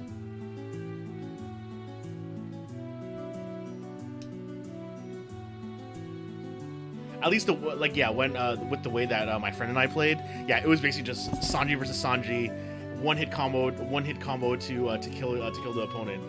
I had a lot of fun back then because my timing was like impeccable back then.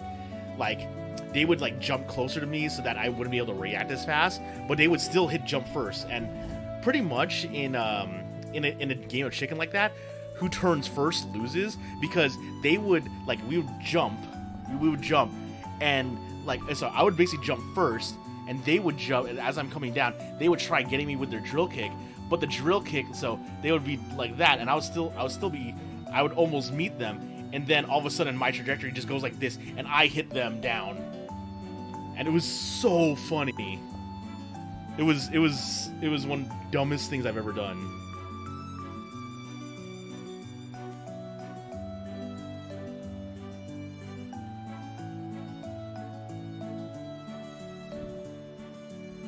Sounds like a rider battle for some reason. It almost does, doesn't it?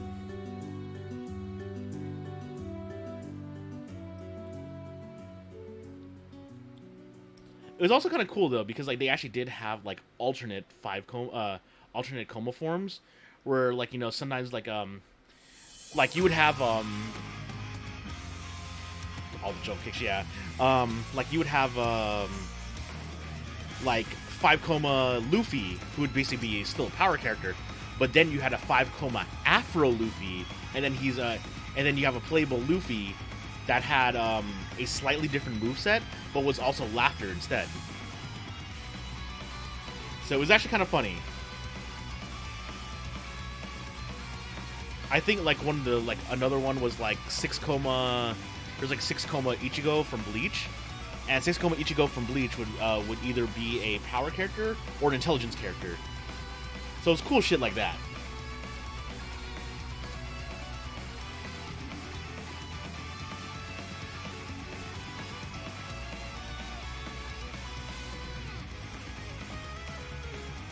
Yeah, it was such a cool concept. I really wish they would bring it back, but no, we get Jump Force and we get J-Star's Victory Versus, and it's not as good.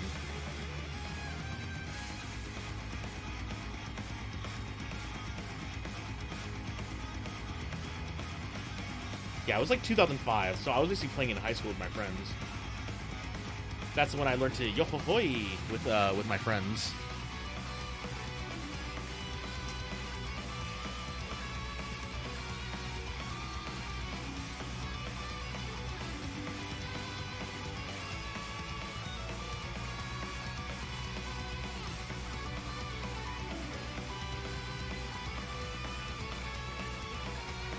Like, I actually learned how to, like, flash DSs, and it was super cool.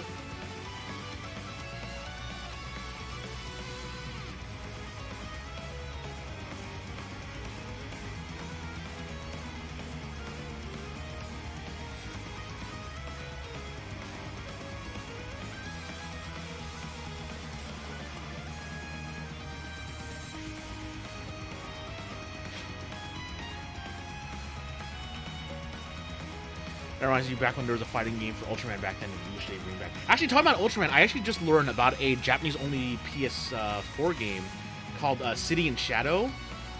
And apparently it was like a disaster report game where instead of escaping natural disasters, you were escaping like Evangelion units fighting, Godzilla, Ultraman fighting, and I think Patlabor, I think it was as well too. Like it was such a cool concept, and I wish I could have played it. I mean, technically I can. I could just import a copy, but I don't feel like looking for it. Also, I wouldn't know how to read it yet. You saw gameplay when it first came out? Yeah, I didn't know about it until I saw a video of it from a YouTuber named Thor High Heels. He was basically going over games that were released only in Japan for PS4.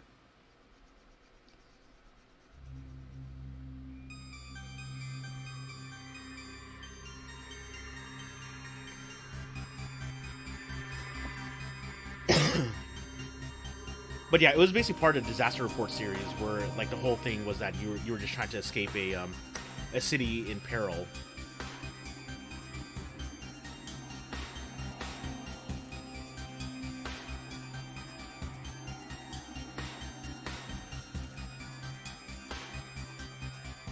Yeah, Ultraman Fighting Evolution was awesome. You could play as a bunch of different Ultras or Kaiju Seijin. Ooh, that does sound fun.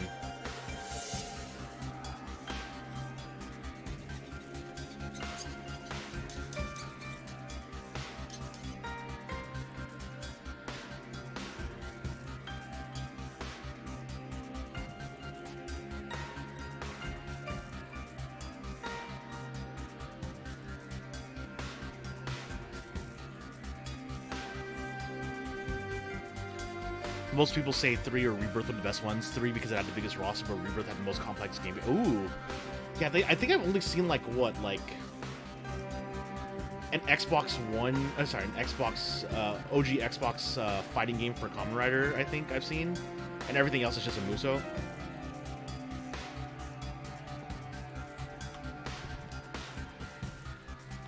Who made the Ultraman games?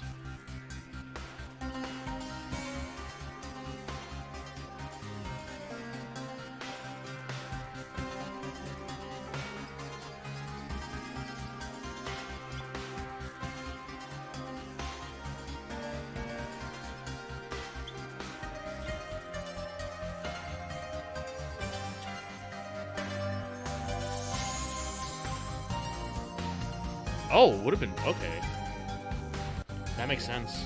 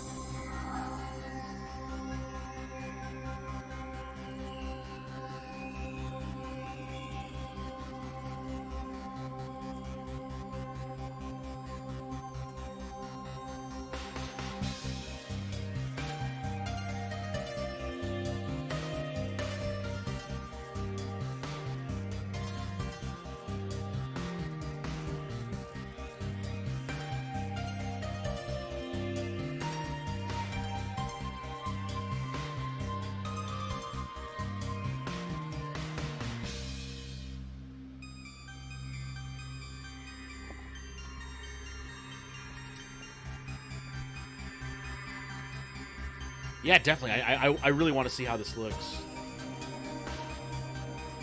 I remember seeing like footage from people of like a Kamen Rider Kabuto fighting game, and it's like you could basically clock up and basically just do like a really long combo on someone, which makes sense in universe. Clock up.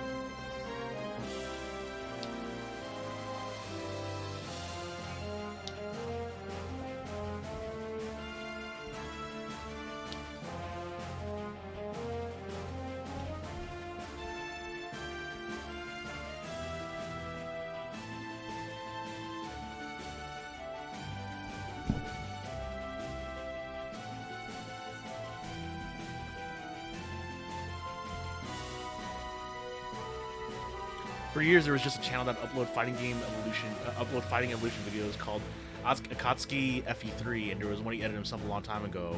It was called M78 Crisis, and it features all the Chaos Droids and their Ultra counterparts. Ooh, that sounds good.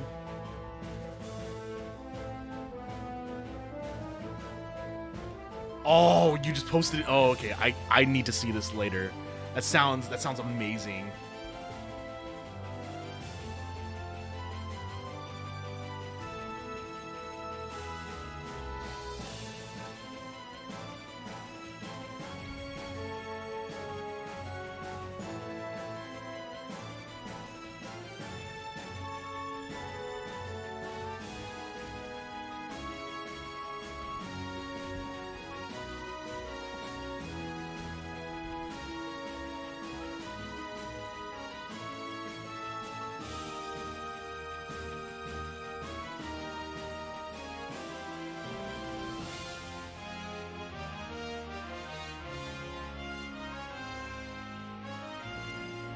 The Chaos Droids were, to put simply, copies of 3 Ultramen created by using the Bing Nose Chaos header, who was Ultraman Cosmo's main antagonist for the series.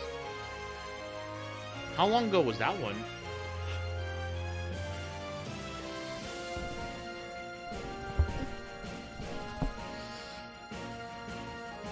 '25, 26, 29.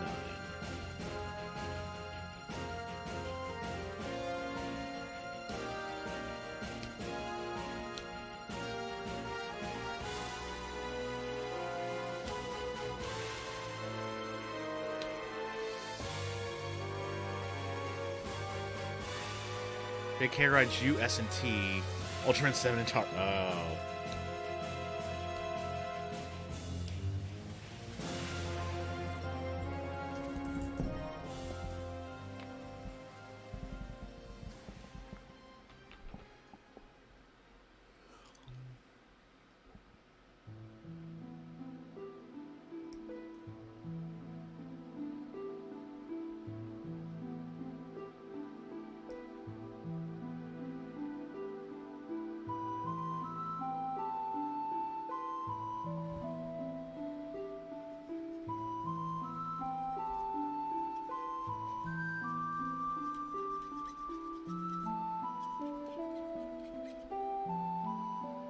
Cosmos is the longest Ultraman series. It has 1 prequel movie, a 65 episode series, and 2 sequel movies. Launched on many. Okay, how long ago is this one? It sounds like, was this like the end of the Showa era, or was like this like early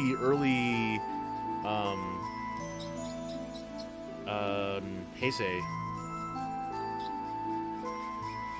2001. Oh man, that's when Kamen Rider started making its resurgence as well too. 65 episodes? Holy shit.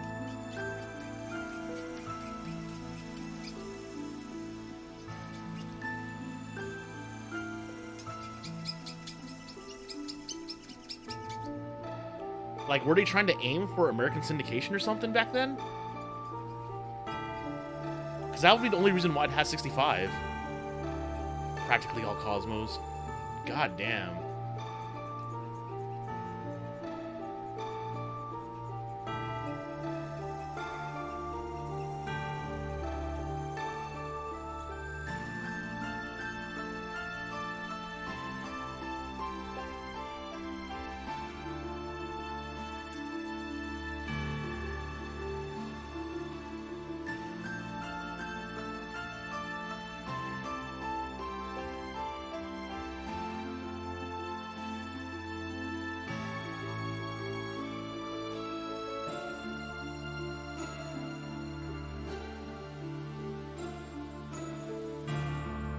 No idea, but for like some reason, it was 65 episode, which is awesome in spite of some dodgy 2001 CGI. Oh wow, it's all awesome. Was it an anniversary series as well too, or something? The real reason why I say that is because if you say 65 episodes back in the day, you needed to have 65 episodes to syndicate your show on American television, which is one of the reasons why a certain show that will not be named on my channel ever was made. Not at all, which is the funniest part. Oh my god.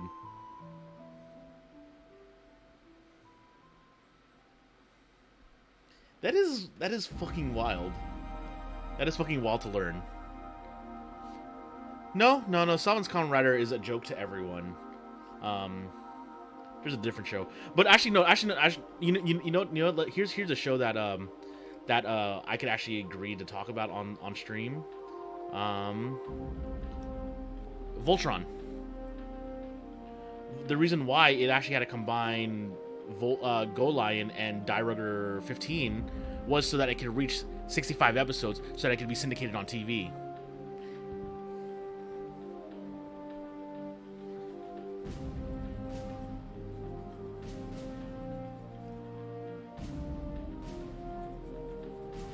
Yeah, which is why like a lot of cartoons would only have 65 episodes. That way they could have an American syndicated show.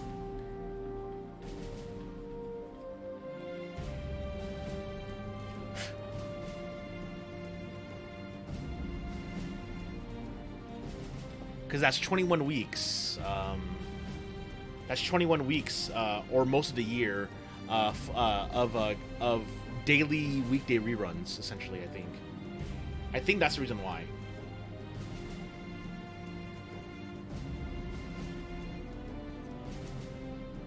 No, half a year. Whoops. I need to look up the rules, but I think they may have lessened by now, which is why we have But then again, I think the rise of streaming is the reason why those rules don't apply anymore. So we could have Avatar with just yeah, they just rerun most of it, which is a big thing. I don't remember how many episodes like Powerpuff Girls and stuff like that had. I also don't know if they got around it by having two short episodes in one as well too. I don't know about that.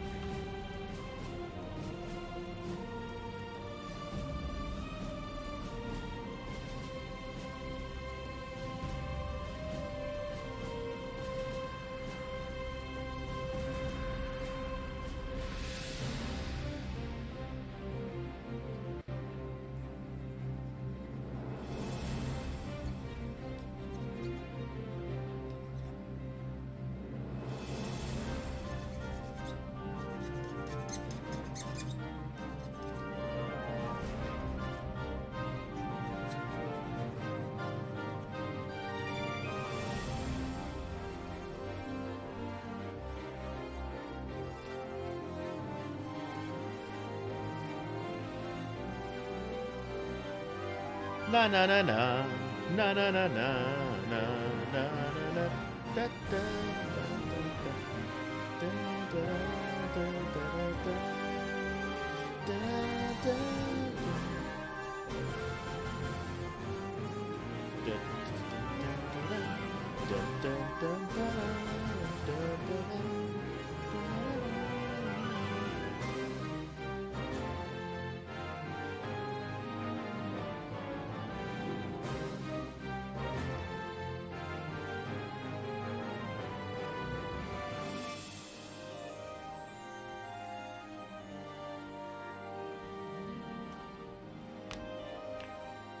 So I need 23. Okay, so there's two B-52s. Oh no, B-224.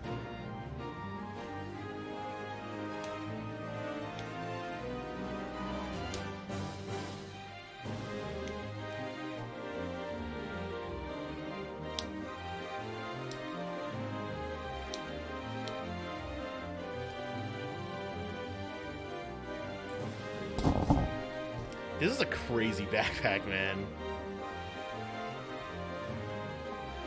What's even funnier is that the other series produced right after Cosmos, Nexus, was basically half the length that one prequel movie, 37 episodes, and a director's cut for episode 29, an EX episode. Is that how it's been from now on? Is that when it's set like, oh cool, it's X month, that means we're getting a new Ultraman? Kind of like how beginning of March or beginning of September is when Super Sentai and Kamen Rider start.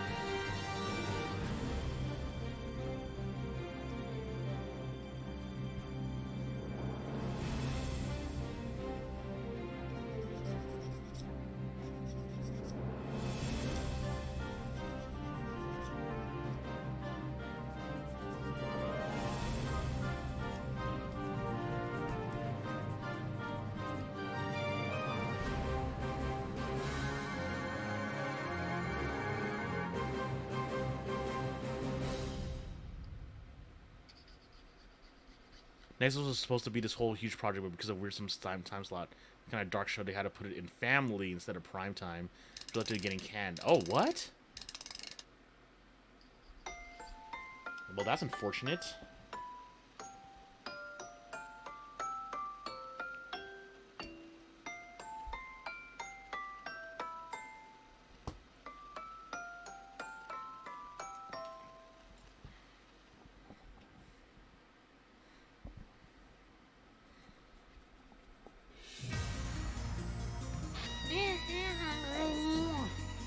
Oh, I love the song. Light coming through the depths.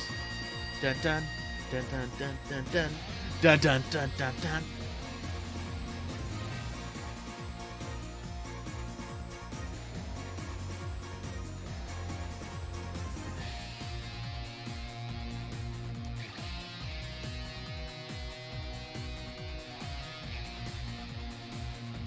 Is dealt with depression, grief, loss, and death. Quite a bit of death.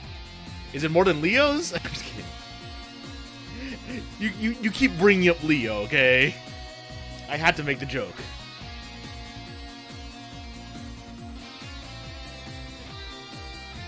Or is Leo just that one big scene? Just not constant.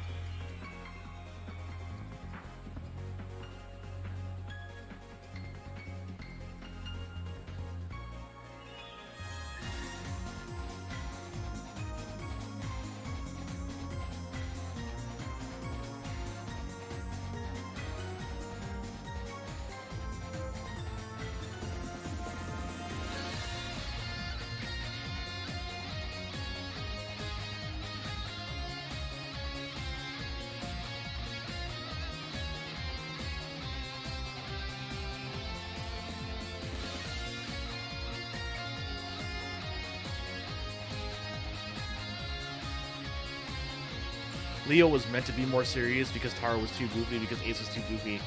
Ah.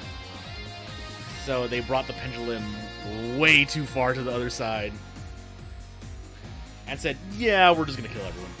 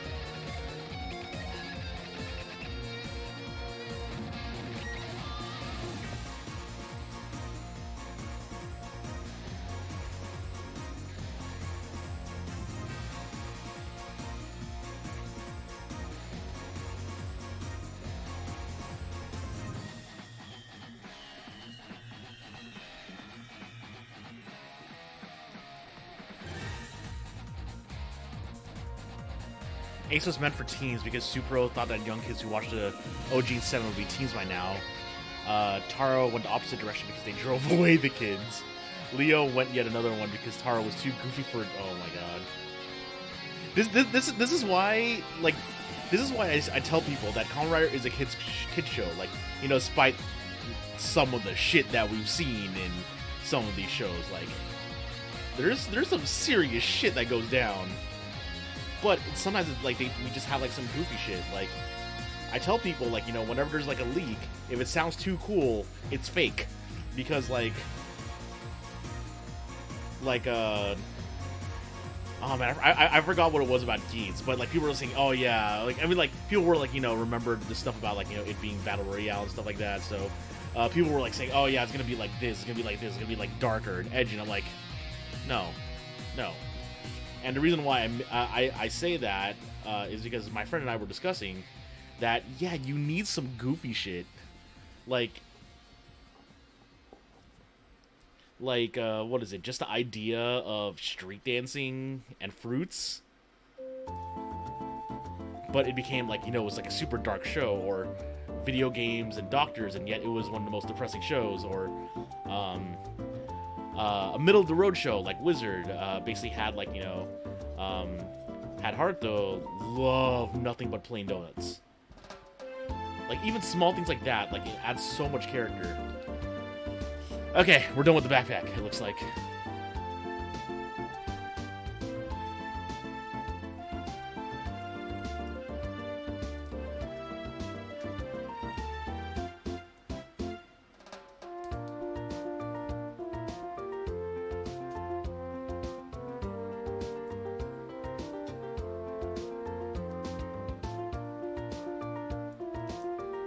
That is a crazy, like, spider tank backpack thingy.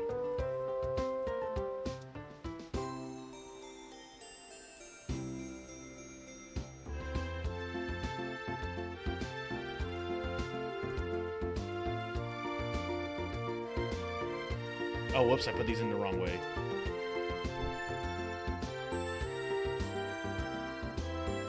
That's kind of crazy. It actually is supposed to look like this. Like, it's supposed to look like this from the back.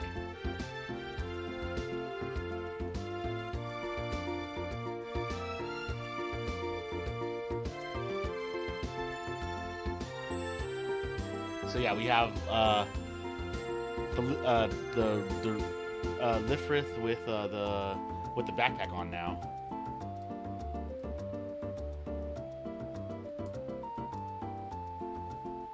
That's a crazy backpack, man. Okay, now we gotta build the shield. Yeah.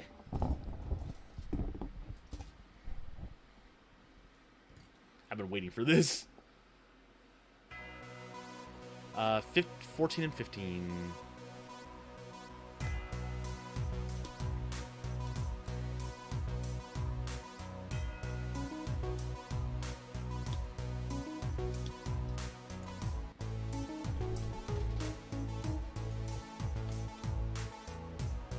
So the way I'm going to do this is that I'm going to cut them close, and then I'm going to meet them, and then I'm going to sand it from there, so that each of the bits have uniform sanding. Taro just straight up took out a cloth once and wiped a monster from existence like it was... Dude, I love it.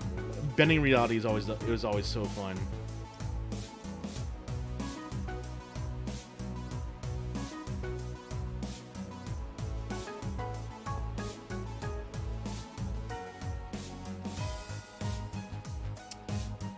Man, Ultraman has like all these like cool weird things that I do want to check out, but at the same time I'm like, I don't have enough time.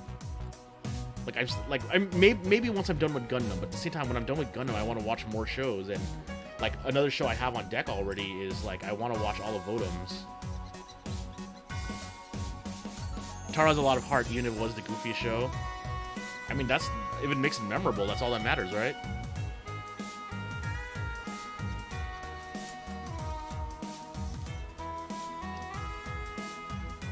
He also had his head sliced clean off like a cartoon character. He revealed it was just an illusion, and the monster cut his own head off. Please tell me you have gifs of some of these scenes. These sound amazing.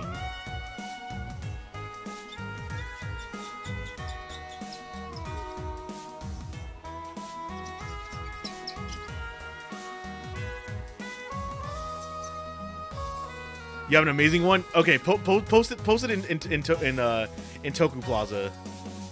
Because that's where we put everything, right? Okay, yeah, I like the shield already because it actually has like slots, and I don't know how it's gonna be built, but it already has slots, which is why it's gonna be nice for, to build this one.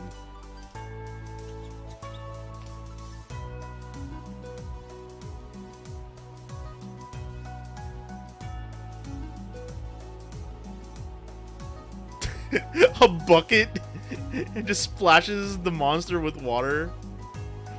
Wait, so Taro was the one that had those like horns on the side? Oh my god!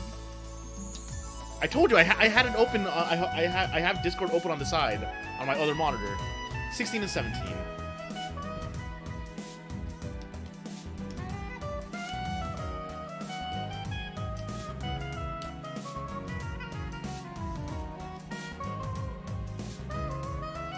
One of these days, I'll be able to tell Ultraman by like apart.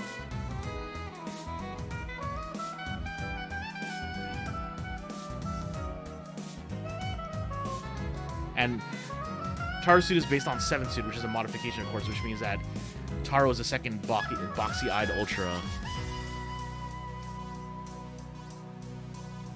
So you mean instead of like the alien-shaped eyes, the bug eye eyes, you mean?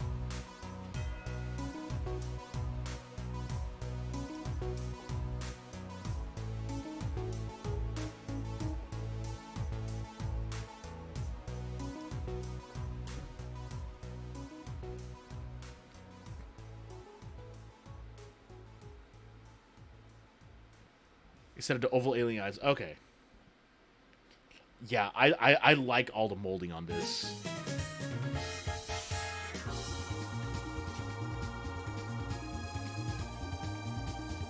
The shield is thick, too.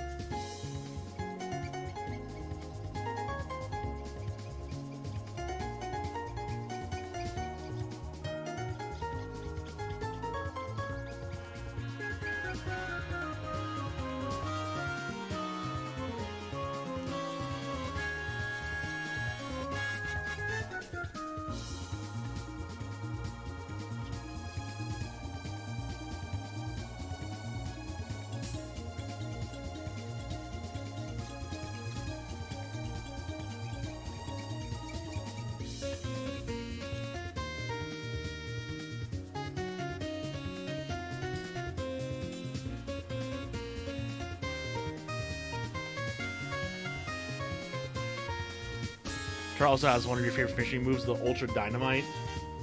Okay, please tell me it's something goofy, like he throws like a stick of dynamite or something.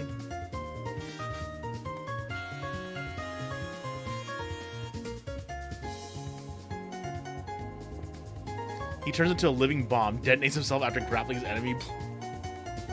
That is hilarious. He blows himself up. I'm assuming it connects like this. So I'm gonna leave that to the side here for now. Oh my god, building this is so cool. Okay, so there's 2 of these, so snip, snip, snip.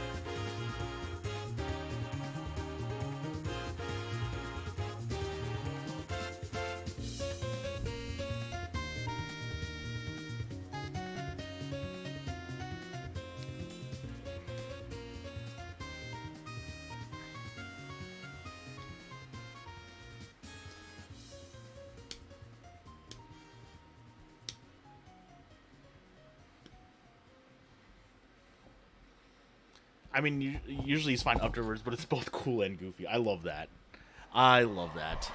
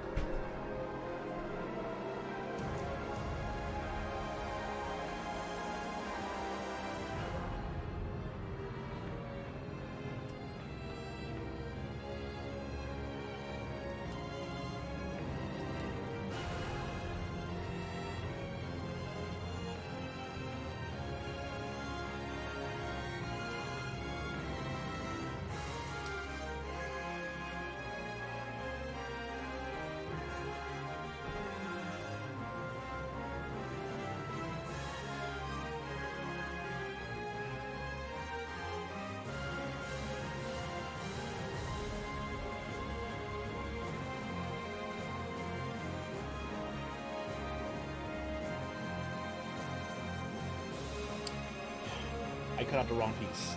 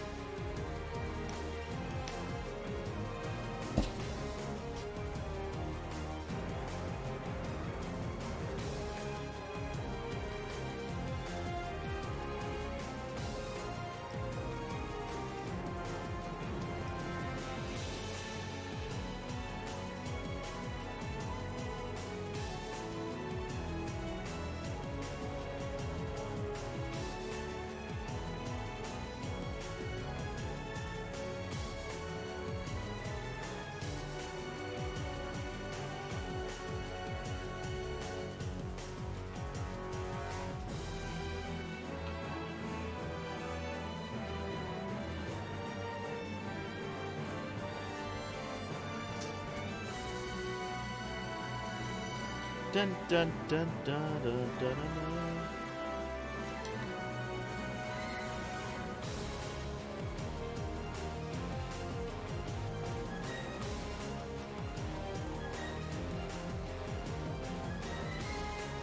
There's also a moment in Kotaro, drives around in a circle to confuse an alien. The alien falls for 20 seconds straight, even though he's driving in a circle. Amazing.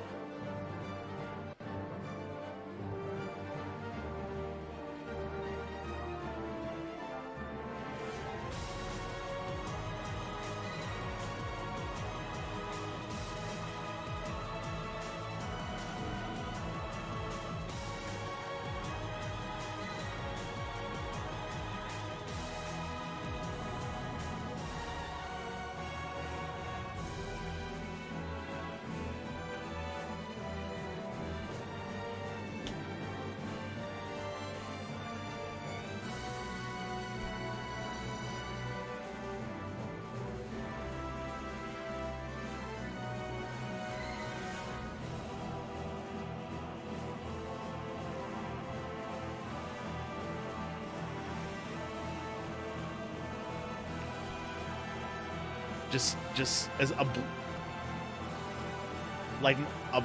a circle around the alien's feet. Oh my god, that is hilarious.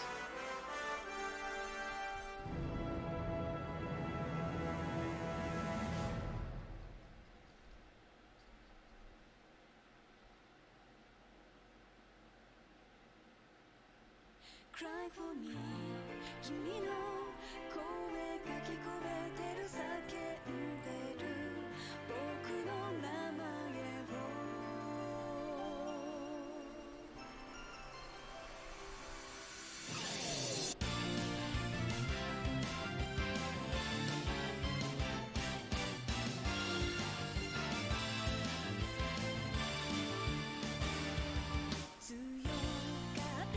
With some exceptions, like, okay, even Leo has Goofy in it.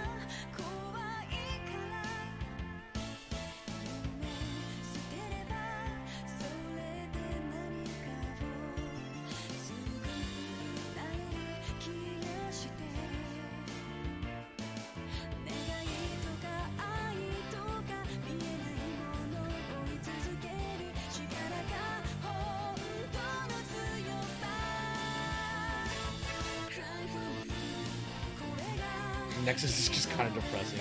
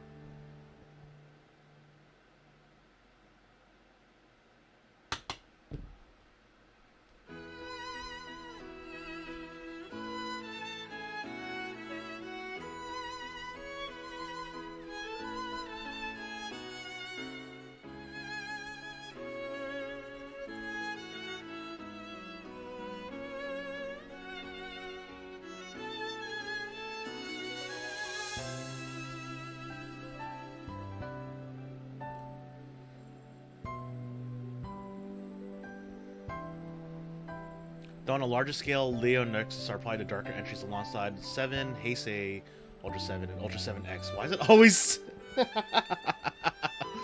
Heisei Ultra 7 is a sequel to OG 7, set in an alternate universe where 7 is the only 7 to... It's the only Ultra to visit Earth. Okay.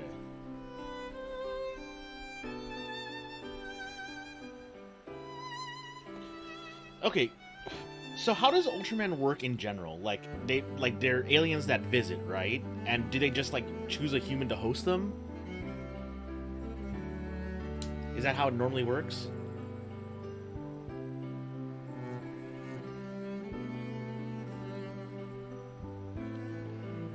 Heisei Ultra 7 is a sequel to OG 7, which is set in an alternate universe where 7 is... Oh, wait. Oh, I already saw that. I already saw that in the comment.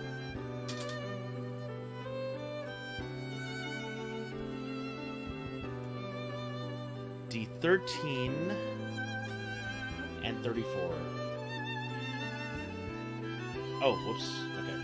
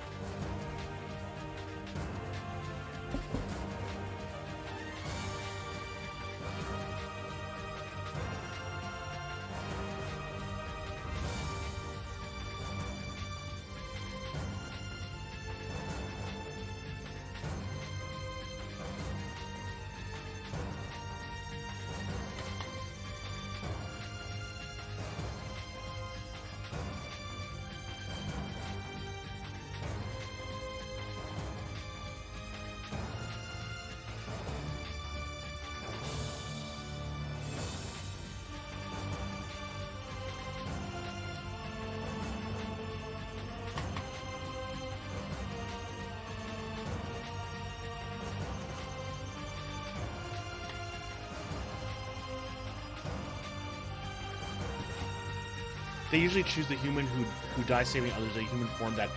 Oh, okay, so they actually changed their form. Okay. Or in OG's case, he accidentally murders Hayata while hunting down a monster. Okay. So, for example, saves a man who sacrificed himself to save his friend while mountain climbing, so instead of fusing with said human, just looks identical. Jack fuses with a man named Hideki Go, who dies as... Oh. That's interesting. Did not expect that part of it. Because, like, you know, you keep talking about the human forms, like, oh, wait, what?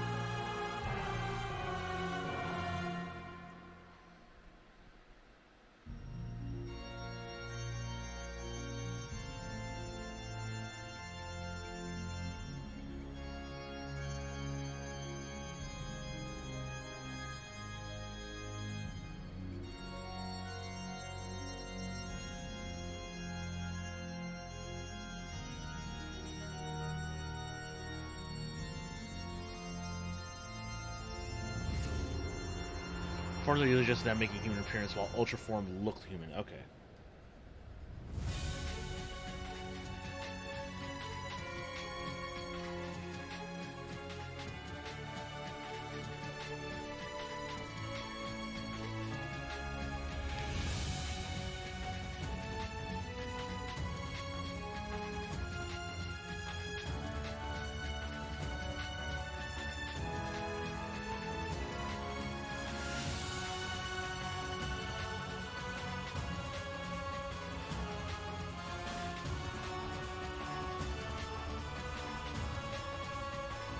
There's always a weird gray area for Ultramans like Tiga, where Daigo literally is Tiga's reincarnation.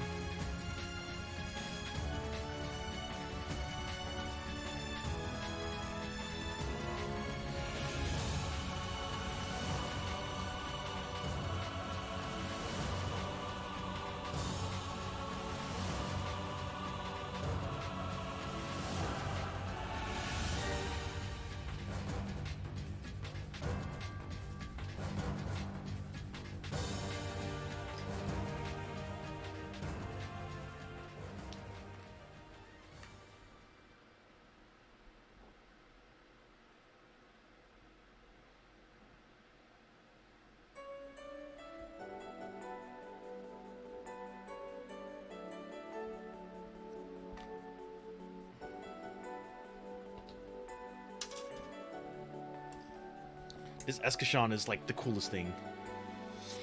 As well as Gaia, where Gamu is possessing Gaia's form with the power of Gaia embedding in him, rather than Gaia being a true living being that fuses with or taking his appearance. Interesting.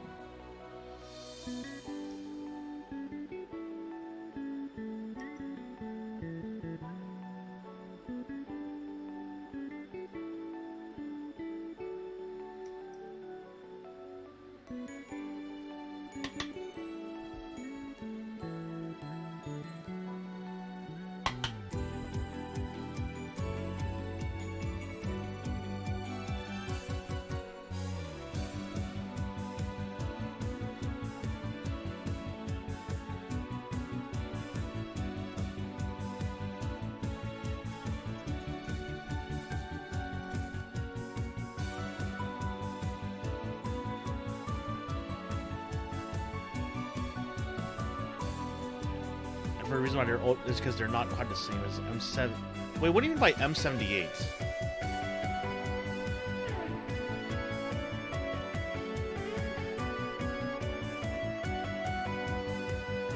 Because that's come up a couple times now.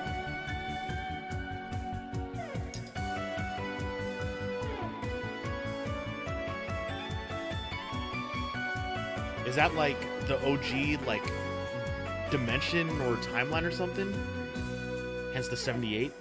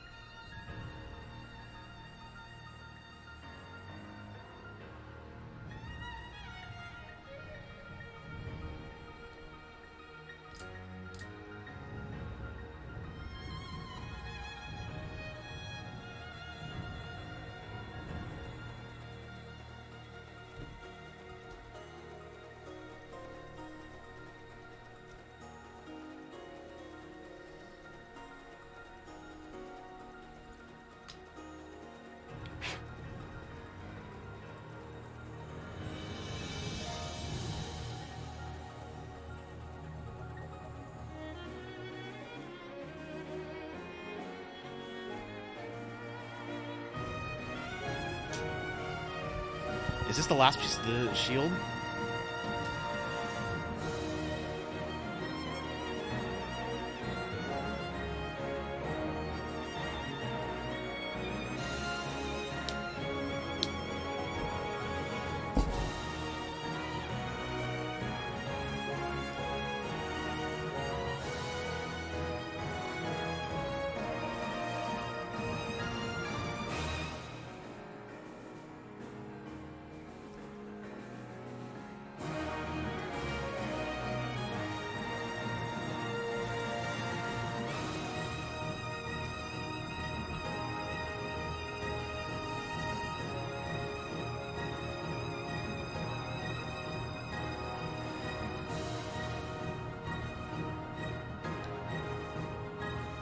M78 is the nebula that most spaceborne ultras come from. Those include the Showa eras, except Jonius, which include Meves and related parties.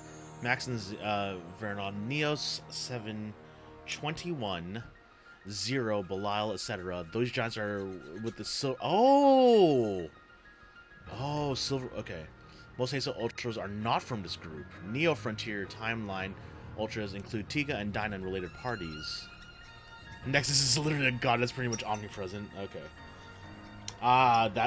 That really makes it a shame that it was pretty much cut short then, right? Because it's so different from the rest of them.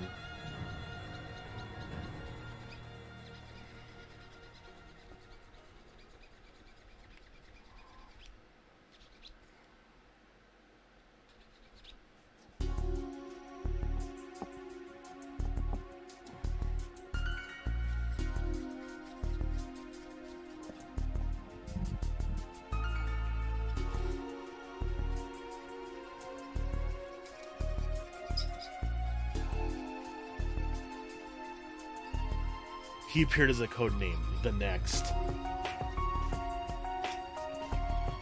Was it a prequel movie or was it like the last Cosmo movie?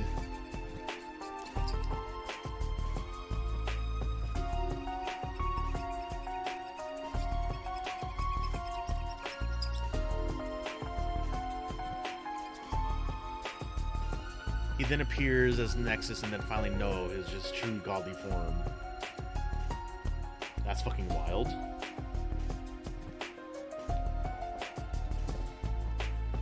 Okay.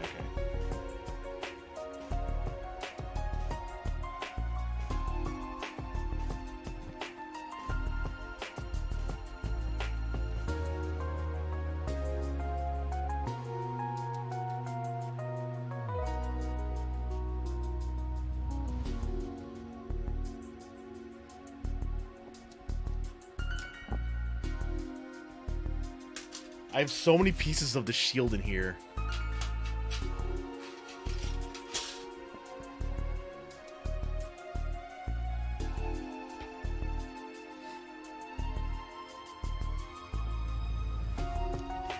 Okay, so I get this piece. I get this piece and put it in here. And then this piece gets put in here.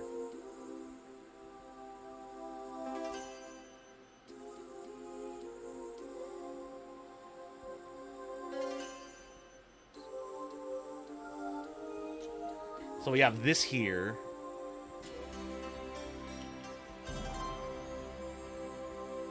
And then I get these pieces. And just shove them in. Like such. This is really cool. Oh wait, no. I have to do this first. And then I put these on. These. So it even it hides the gray. Okay. And then you could put them on.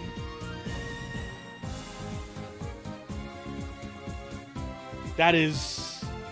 Oh, that is a sick shield. Yeah. Oh my god. This is a really cool one.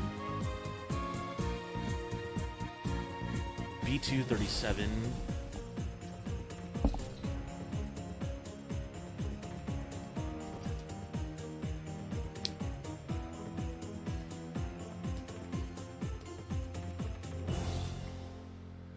I like both shields, but this is really, really nice. Because it doesn't require, like, its own, like, dedicated piece to keep it all together.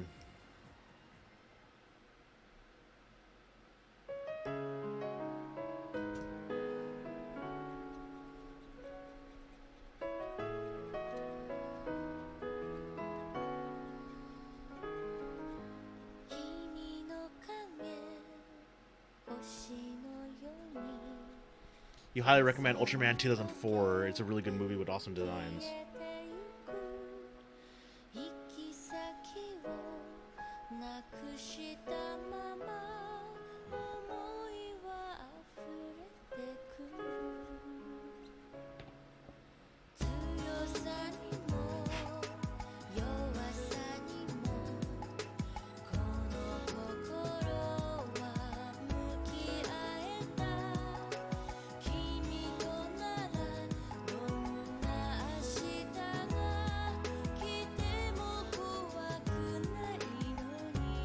Oh, oh my god, that looks so good.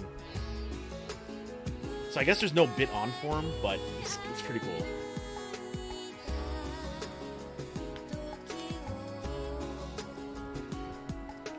Oh, that was everything from this runner.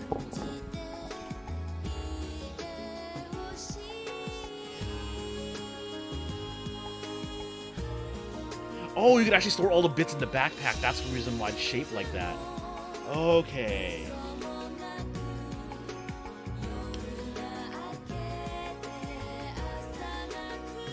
So it's not fully bit on, but it's... Okay. Okay, so I think I like the bit on form for Ariel more, but I think I like the bit shield on this more. Mostly because of the fact that I don't need to keep a certain piece around all the time.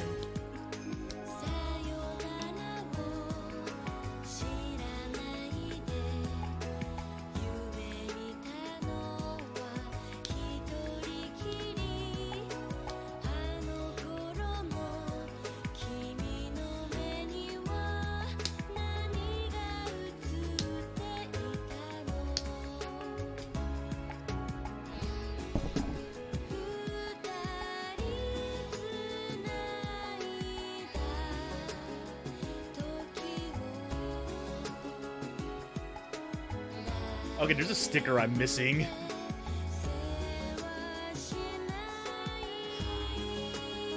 I forgot to put a sticker on something. Probably the waist.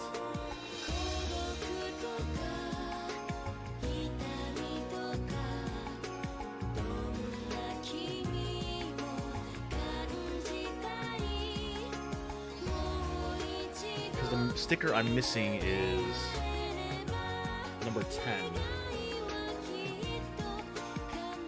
Oh wait, no, it would probably be at the end after those pieces.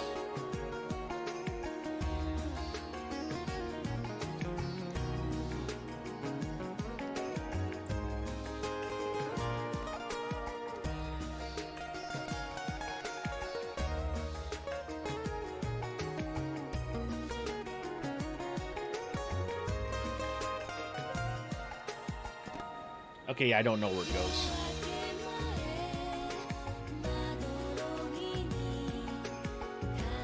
Oh, wait, no, I found it. It goes on the gun, as I thought.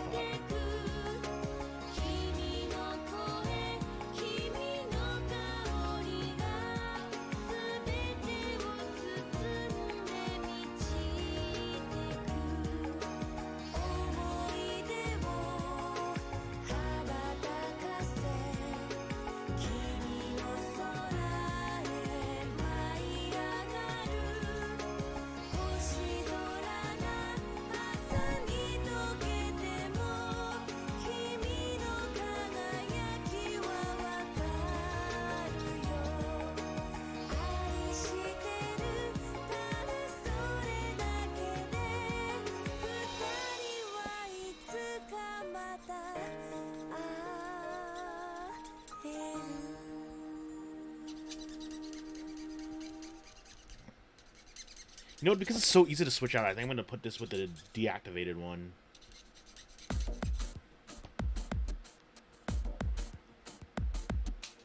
Seems like a good idea. So which one's deactivated?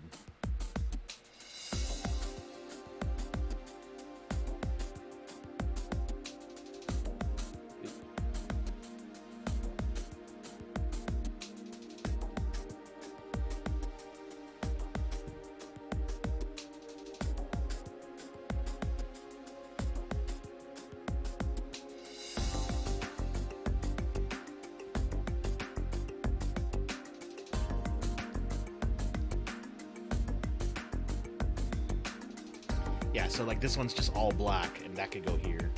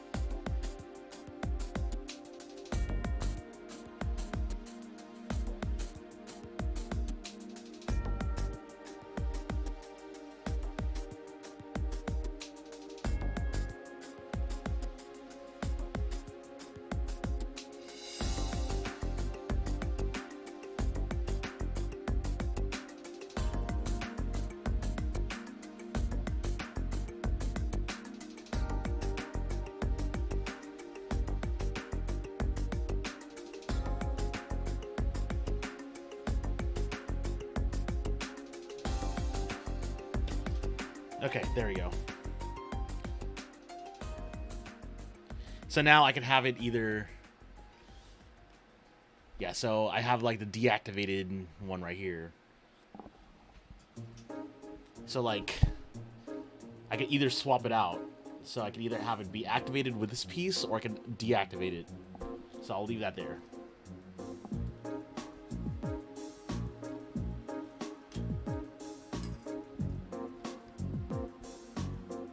Pieces just want to fly everywhere tonight, don't they? I love how full this is getting. What am I going to do when I fill this up? I'm just going to get another Yu-Gi-Oh! Tin of some sort.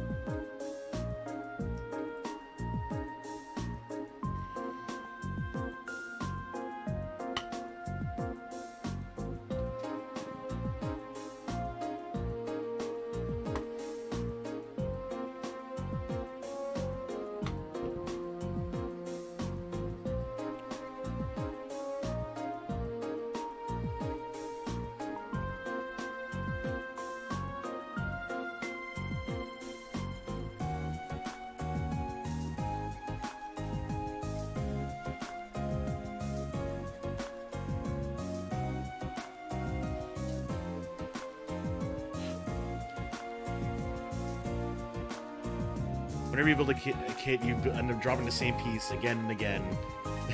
And then you finally put it in, and then you accidentally knock it out, and the pain begins again. You know what I like about high grades is that, versus real grades right now? The fact that it's so much less... The fact that it's technically harder to lose pieces. Because real grades have so many pieces because of all the awesome color separation. And it's like, because these have less color separation, there's a lot more like solid pieces. So, like, less to lose.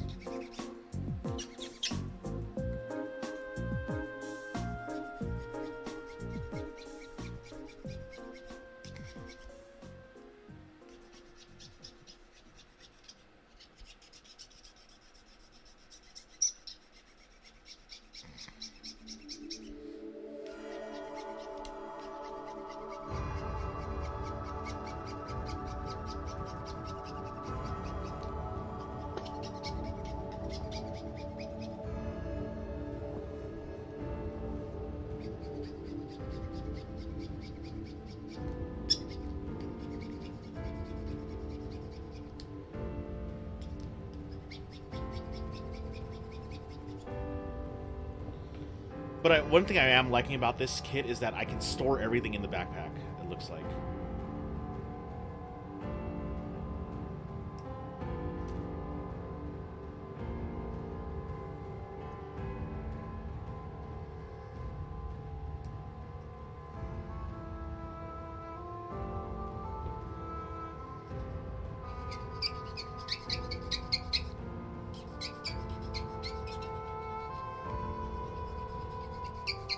One to victory, V2 Gundam version Ka. There's a visor piece for one of the victory's eyes. It's optional, but you've lost both copies of that piece once because they're so.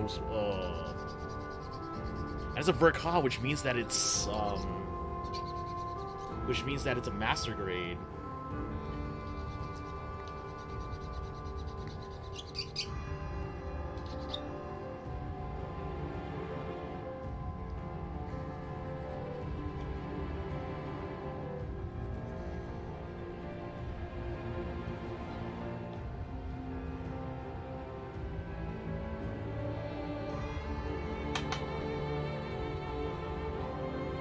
Yeah, but oh right, I keep thinking that V2's small.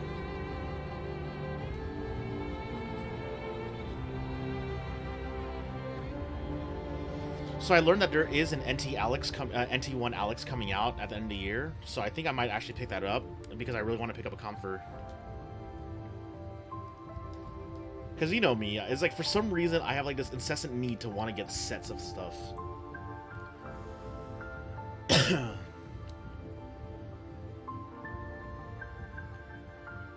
At the same time, like it's like I'm debating: do I want to get the NT Alex, or do I want to also get the, or do I also want to get the whichever Zaku that Bernie uses?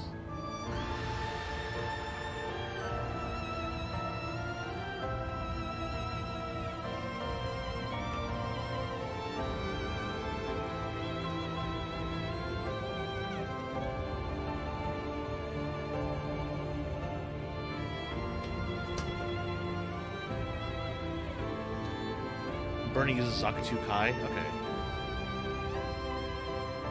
Like, I'm thinking about it, but at the same time, like, do I really want to make some hamburger?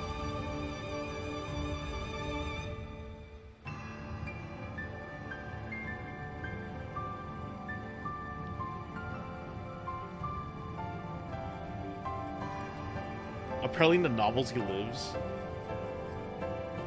Or something.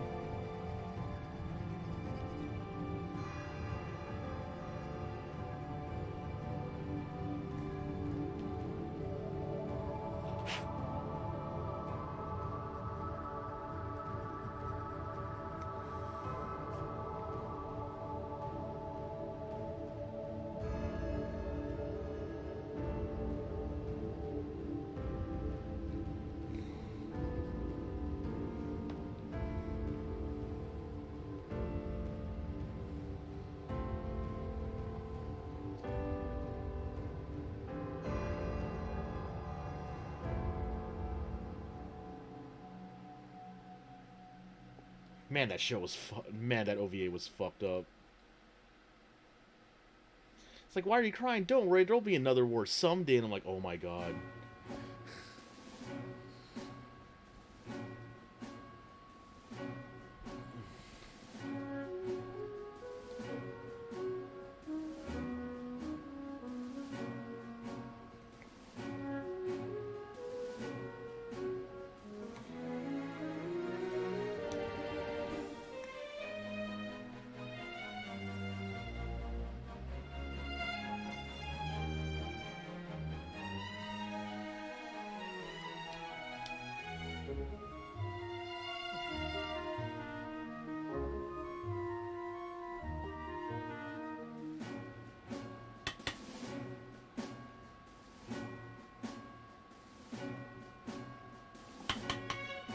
Yeah, that one just made me feel bad for Al. Yeah, like that line was like, wow. At the same time, though, it is, it's like I think like Stardust might be like actually the best of the OVAs, but OATMS team will always still be my favorite no matter what.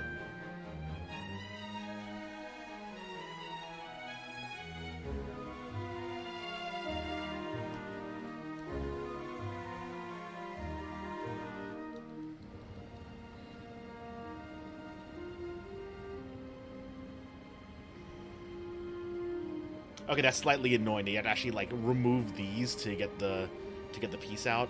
Okay. And then we could put this last sticker in. Also cut out these blades.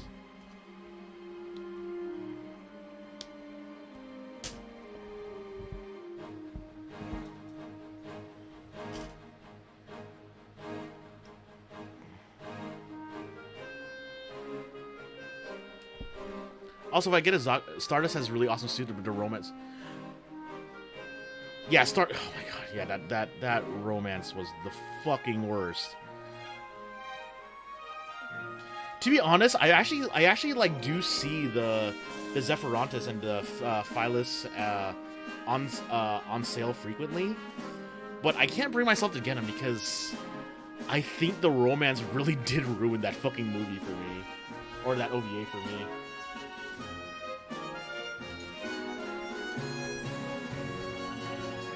Best romance plot in Stardust Machine, Ko and the Zeon pilot. Oh, yeah, exactly, yep.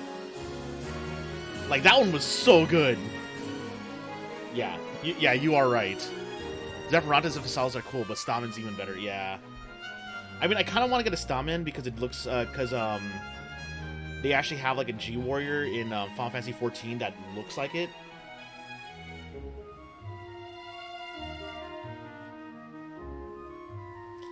But I'm just not that much of a fan. Like, I may do it just so I could have a Kubli. Like, I kind of want to get a Kubli once I see it in the show. I want to get a Kubli and a Stamen. But the only reason why is because of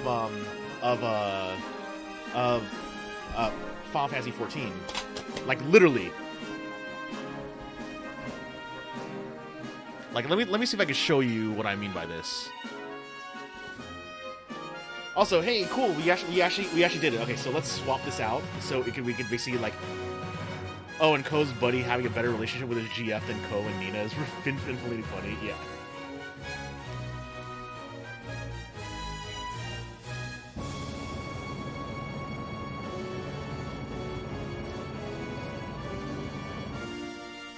Oh, and he hated her at first too. Like, it's like, oh my god, you're just some big lady, you know? And then she's all pissed off. Like, of course she would, but you know. And then they actually start dating, which is the funniest thing. Okay, so we have deactivated it. So what we are going to do now is that we are going to actually store everything. So apparently we removed the backpack, or no, we're just going to remove the shield.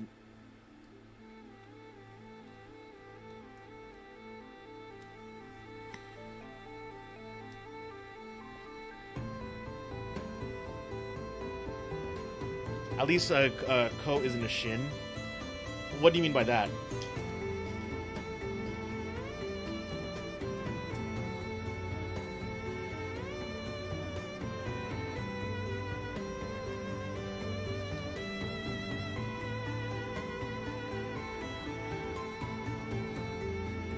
Oh, that's why it fits so perfectly there. Okay, cool.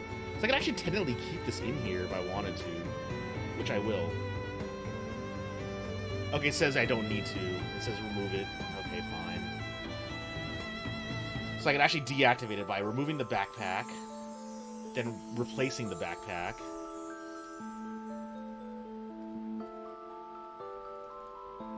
And then I can put all these pieces in, so like...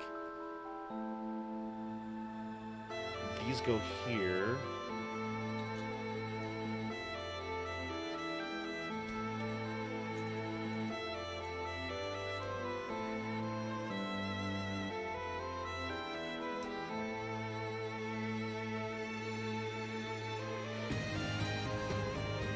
Oh, I see here. So you basically put this...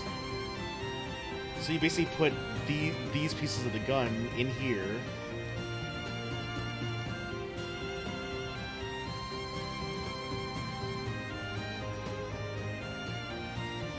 This thing is just efficient storage.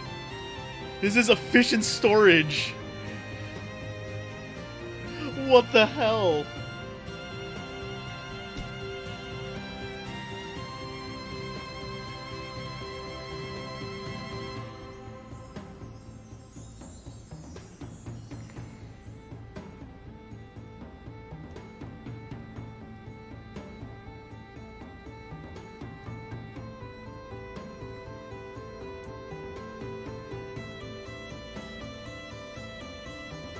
Okay, I actually put these in opposite directions. So I need to remove them and put them in the correct spots because I read the directions wrong for that.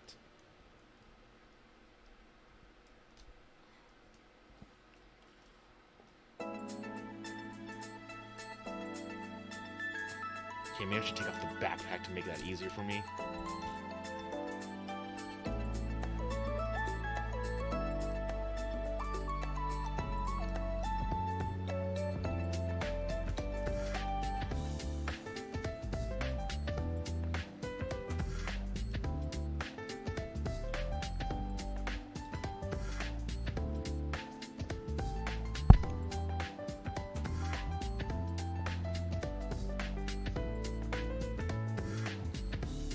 Oops, forgot to put this back on.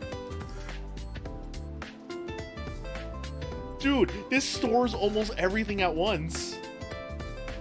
That is so good.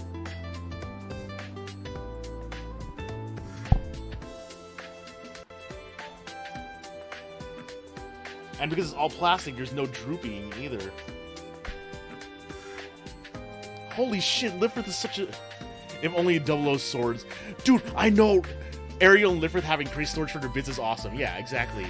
Yeah, that bit reinforced gun, I actually like it better than this beam effect right here. That's so cool. And the fact that it actually gives me a reason, and like the fact that this is so easily swappable, so I can actually just swap it out for activating the bits. Like, that's so cool. I can actually pose this in different ways if I want to. But hey, that's a Gundam Lfrith done. I think I'm gonna go to town with this on do I go on this with a black marker or do I go on it with a gray? Because I do have the Gundam markers now, so I can actually do that now.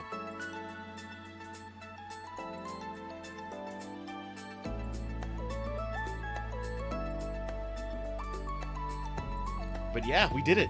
We built the Lfrith, and it's so cool. Like, I did not think it was gonna be this fucking cool. Like, seeing all the storage, like, I only read it once, and I could actually do the storage, like, you know, on my own, which is nice. But we did it. I finished Lfrith, and I am so happy right now. It's so cool. I see why a lot of people were after this, and I can understand the reason why. And not only that, it's cheap as hell. Like this kit was like what, $21? Like 18 if you're lucky. Like, it's so cheap. Like, high grades are awesome. Like, well, at least all the Witcher Mercury high grades are fucking awesome, I should say.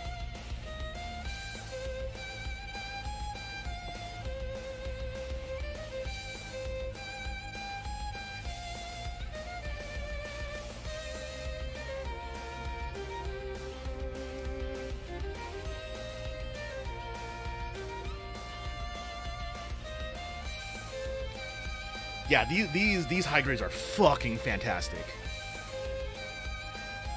Okay.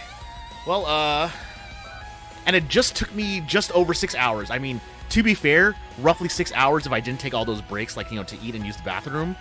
Like, this is actually a 6-hour build, but then again, that's because this added maybe about an hour of total time. Let's be real. This is about an hour of time. This fucking sanding. But yeah, I have to go clean up Zai, Penelope, Moon, all amazing kids. Yeah, I mean, I have Moon to decide, but I'm not gonna get to it until I'm finished with Double Zeta, because I'm gonna read Moon before I watch Char's counterattack. Okay, well, so now that we've done that, we are going to go raid Derby Lychee, who we raided before, and they are still on the Astray Red Frame. Dude, I cannot wait for CCA. But yeah, we're gonna go raid Derby Lychee again. If you remember, they were building the Gundam Astray Red Frame. Oh no! This is a different one. This is a different Astray. I forgot. That's because the other one that we were... I forgot their name, but they were building... it was their first build ever, and they were building the Astray Inverse. Oh, you're watching your stream right now? Okay. But yeah, we're going to do that. As usual, here's the link to the Discord in case you haven't joined it yet. Please join the Discord. It's the easiest way. We actually voted on doing this over my first Master Grade. Because of the poll that I put on there. I also put it on Twitter as well too, just to see what would happen. But I guess everyone was ready for Season 2 of G-Witch, so had to. So we did that. Yeah, we also do some other stuff. I hope you guys like the new tools that I bought for myself, which is nice. Oh yeah, Ase, yeah. And then, what else is there? Yeah, here's a rare message if you're a subscriber. Here's a rare message if you are not a subscriber. And I will see you guys maybe tomorrow. I might actually stream myself doing panel lining on this, or doing water slides on the last ground Gundam I need to do. So we'll figure it out. So yeah, there's that. And also, please listen to the podcast. We may have some special guests soon. But yeah, I hope to see you guys soon. Later.